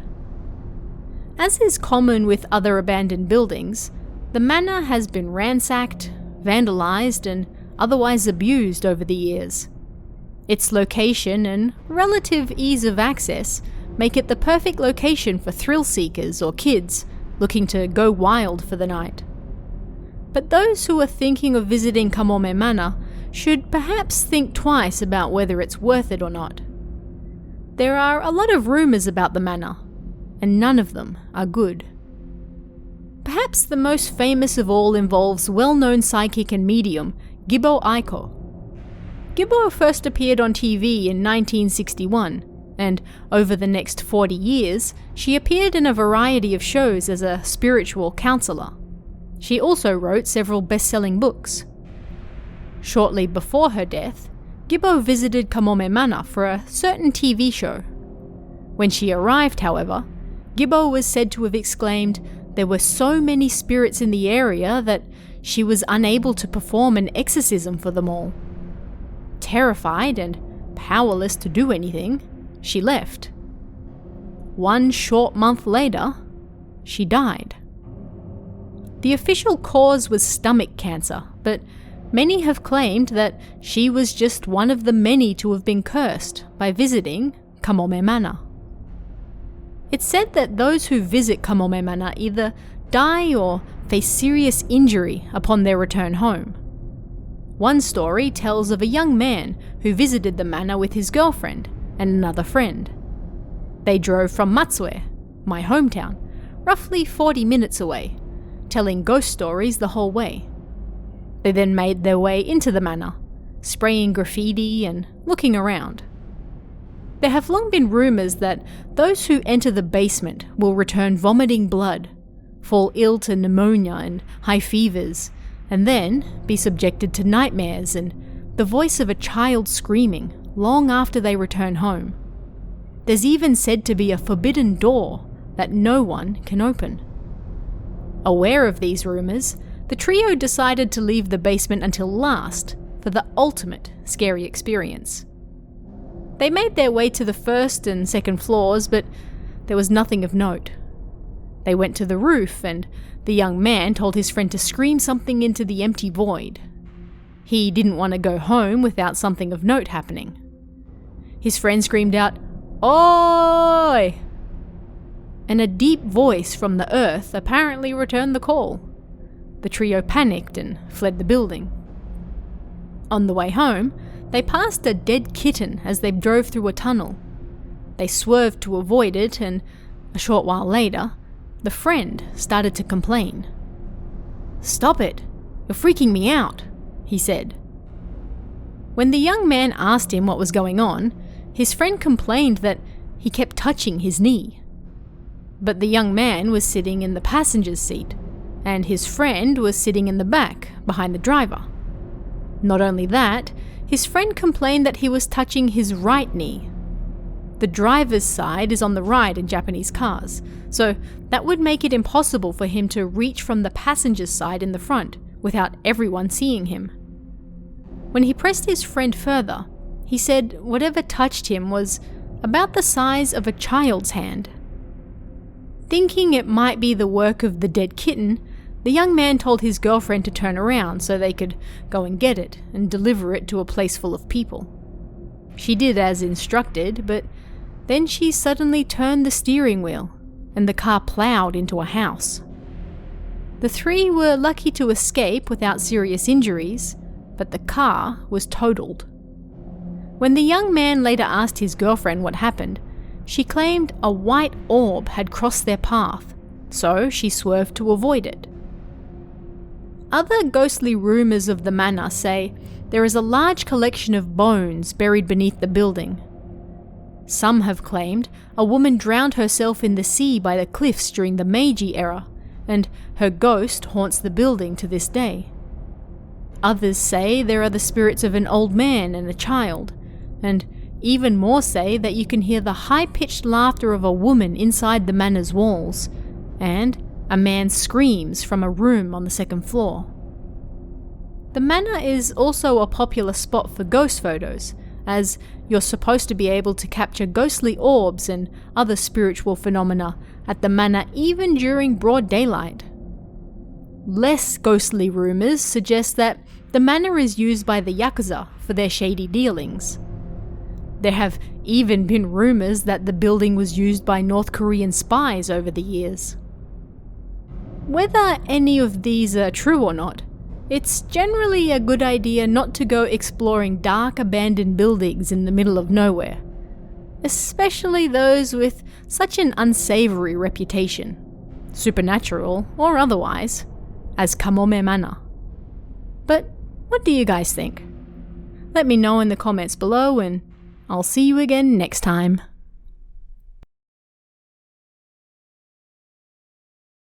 Hotel Celine, located in Nagano Prefecture, is rather infamous amongst Haikyo enthusiasts. Those people who enjoy travelling around the many and varied abandoned buildings all over Japan. It has naturally also become a ghost spot over the years, with numerous reports of ghosts and horrifying happenings within the building's walls. But what really went on at Hotel Celine? Why was it abandoned, and is it really haunted?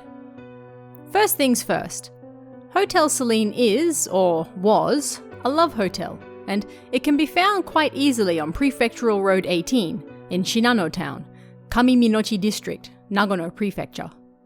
Nobody is quite sure when it first opened or even when it closed, but the best dates we have put it opening around the late 1970s, and then closing sometime in the late 80s or early 90s.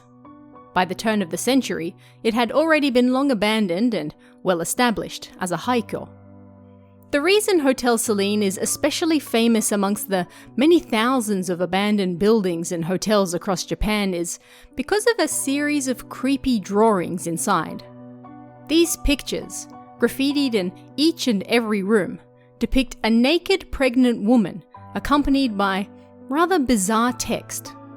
This text, sometimes accompanied by a phone number and a woman's name, appears to tell a strange story of a pregnant woman who still has a lot of, desires. how there's no worry about getting her pregnant because she already is, and hints that she was attacked by numerous men within the very walls of that hotel. From this, numerous stories were created and rumours spread that, yes, a pregnant woman was abducted by a group of men, taken to the hotel, attacked, and then killed there. Now her spirit is said to haunt the narrow halls looking for new victims. Other versions of the story claim that the men left her there, very much alive, but unable to live with what happened to her, she took her own life. The ghost of this woman is said to be the most common haunting in the tiny hotel, but naturally, there has never been any proof that a woman was attacked or killed there in the hotel's history. Who drew these pictures? Again, nobody is quite sure, but there have long been rumours of a hooded man who was seen in the area around the same time these pictures first showed up. A little digging of the phone number and name that accompanied some of them also discovered that the number was real, and the name attached to it was also the same. Of course, that phone number and its owner have long parted ways, but records from the time that the graffiti went up showed a match. Was this someone's idea of a prank? Perhaps an angry ex trying to get back at his girlfriend? Or was it something far more disturbing? The pregnant woman isn't the only ghost known to haunt the building, however. There were reports that a homeless man was also attacked in the hotel's parking lot. After he was beaten, he was set on fire and killed. This horrific crime reportedly shocked locals so badly that many refused to even go near the area after that. There is no concrete information on this supposed murder, so again, whether it actually happened or whether the story was created to enhance the scare factor of the building, well, that's up to you to decide. In addition to the homeless man, it said there is a photo of the couple who used to own the hotel in one of the rooms. If you're unlucky enough to stumble upon this cursed photo, the couple in it will start talking to you. If you try to run, the door will slam shut and you'll find yourself locked in.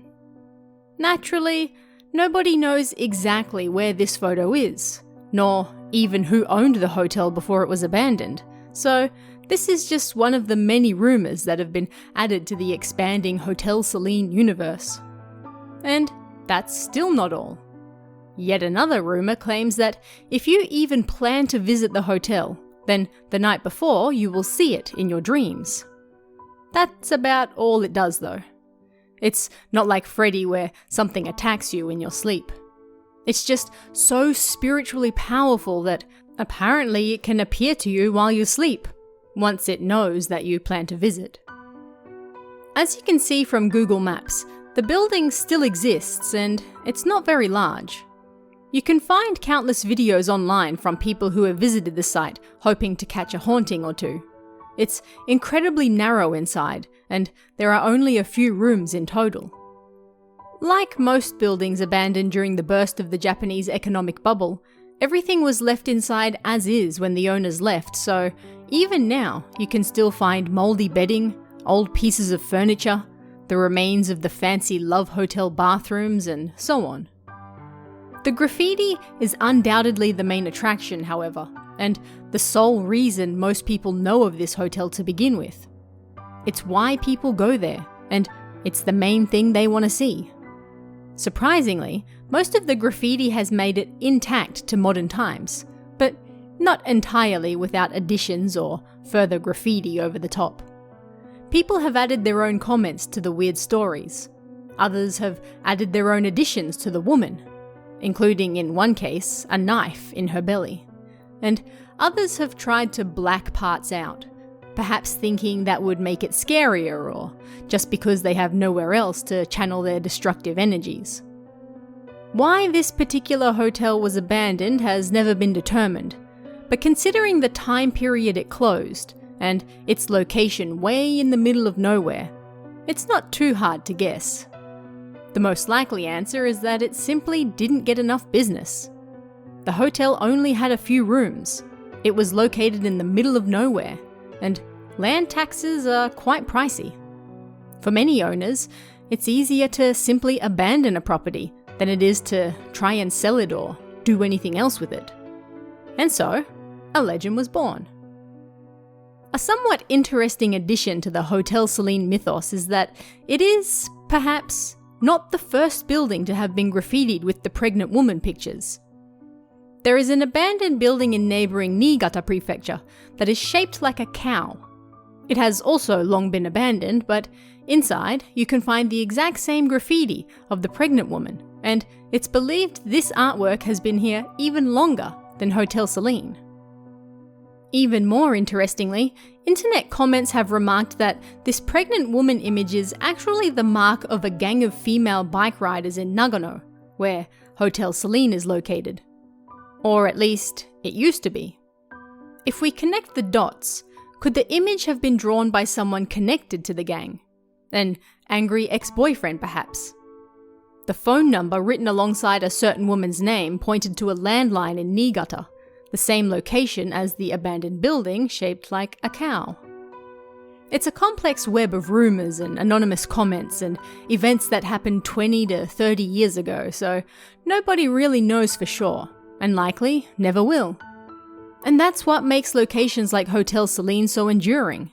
There's just enough of a story behind them, with maybe, possible, potential truths to make people stand up and go, "Hey, that sounds interesting. I want to go check it out." Hotel Celine still stands today, surprisingly, and a lot of the furniture and graffiti can also still be found inside, despite many decades of Haikyo enthusiasts entering and filming the building. Whether any of the stories told about it are actually true or not are up for debate, and without proof, it's hard to take them at face value. But they add to the rich lore and history surrounding the building regardless. And once you've seen those pictures of the pregnant woman inside the building, you're unlikely to forget them anytime soon either. But what do you guys think of this one? Let me know in the comments below, and I'll see you again next time.